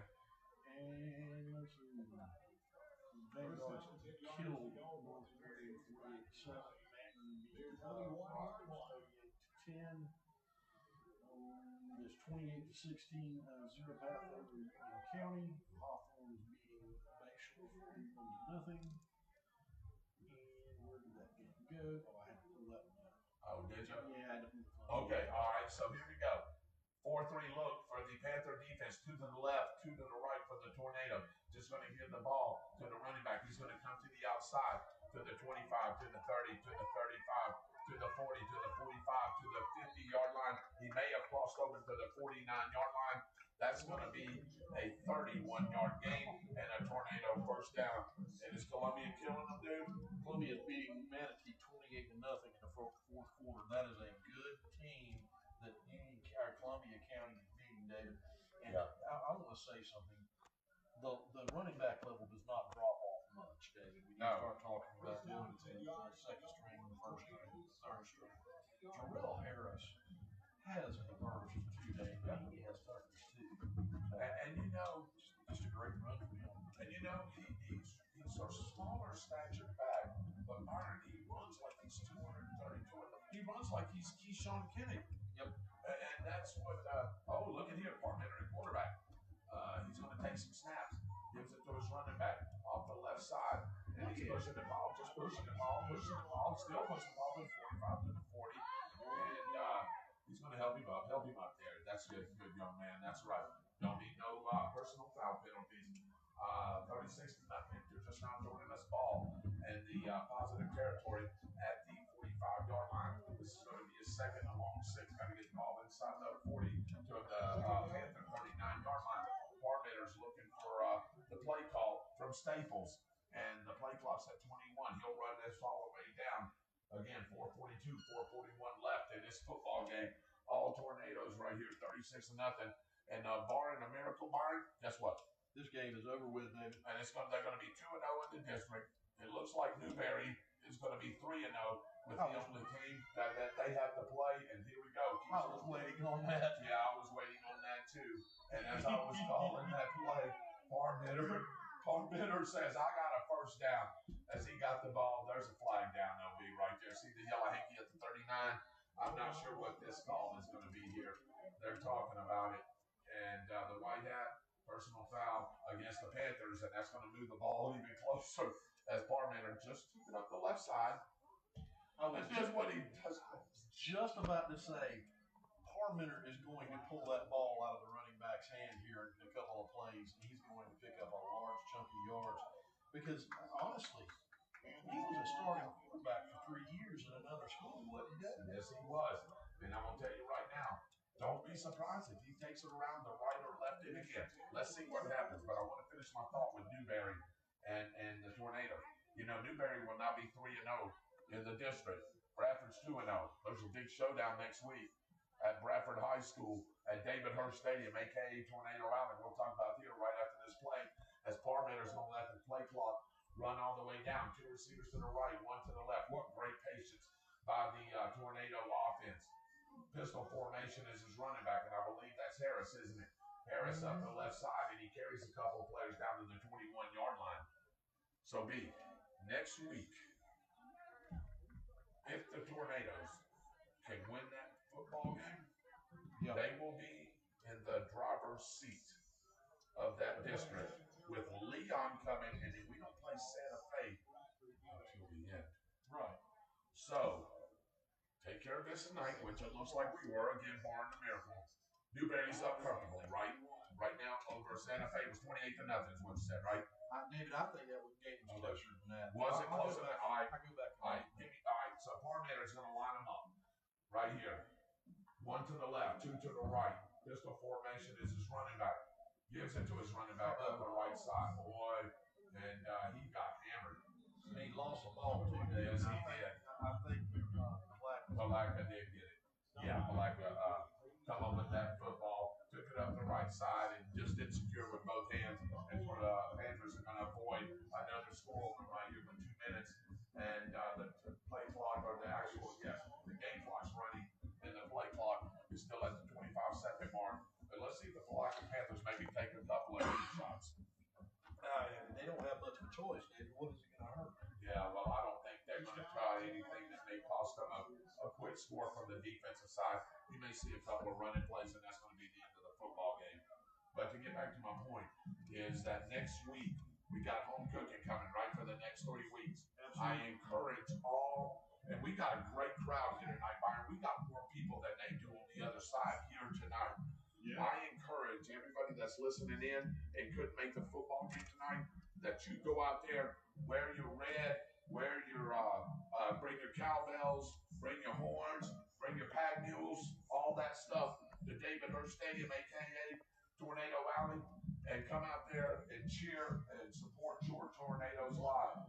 But if you can't, and you can't make it out there, guess what you can do, Meek? Why don't you tell them what they can? Listen to me and Mr. David Rogers right here on Eagle Country 106. That's great, isn't it? Yeah, and also our radio crew back there. But man, this is going to be some very important games from here out, and it's going to determine the district championship and the district runner-up. And I guarantee you, we felt what the district runner-up was last year, didn't we? We want to feel what the district championship feels like again. Yeah, here we go. So 27 seconds left in this football game, and the Palatka Panthers are still going offensively. Gives it to us running back, and see, you know, when your defensive tackle, Byron, is 4 yards in the backfield and you hand the ball off, there's nothing you can do, man. There's nothing that running back can do. It was just pure dominance from the defensive side and the offensive side of the football tonight. Unless you got Barry Sanders in the backfield. Yeah. That's the only thing. I mean, yeah. Nobody has got shakes like that. No, man. And you remember we talked about point of attacks, right? Yeah. And then we won them both. And generally, week in and week out, and we do. And that'll be the end of the football game, ladies and gentlemen. As the fourth quarter comes to an end, and your final score will be the Tornadoes 36 and the Panthers nothing. I'll tell you what we'll do. We'll come back to the Northern Telecom A+ Alarms post-game show as soon as we take these timeouts on Eagle Country 106.3.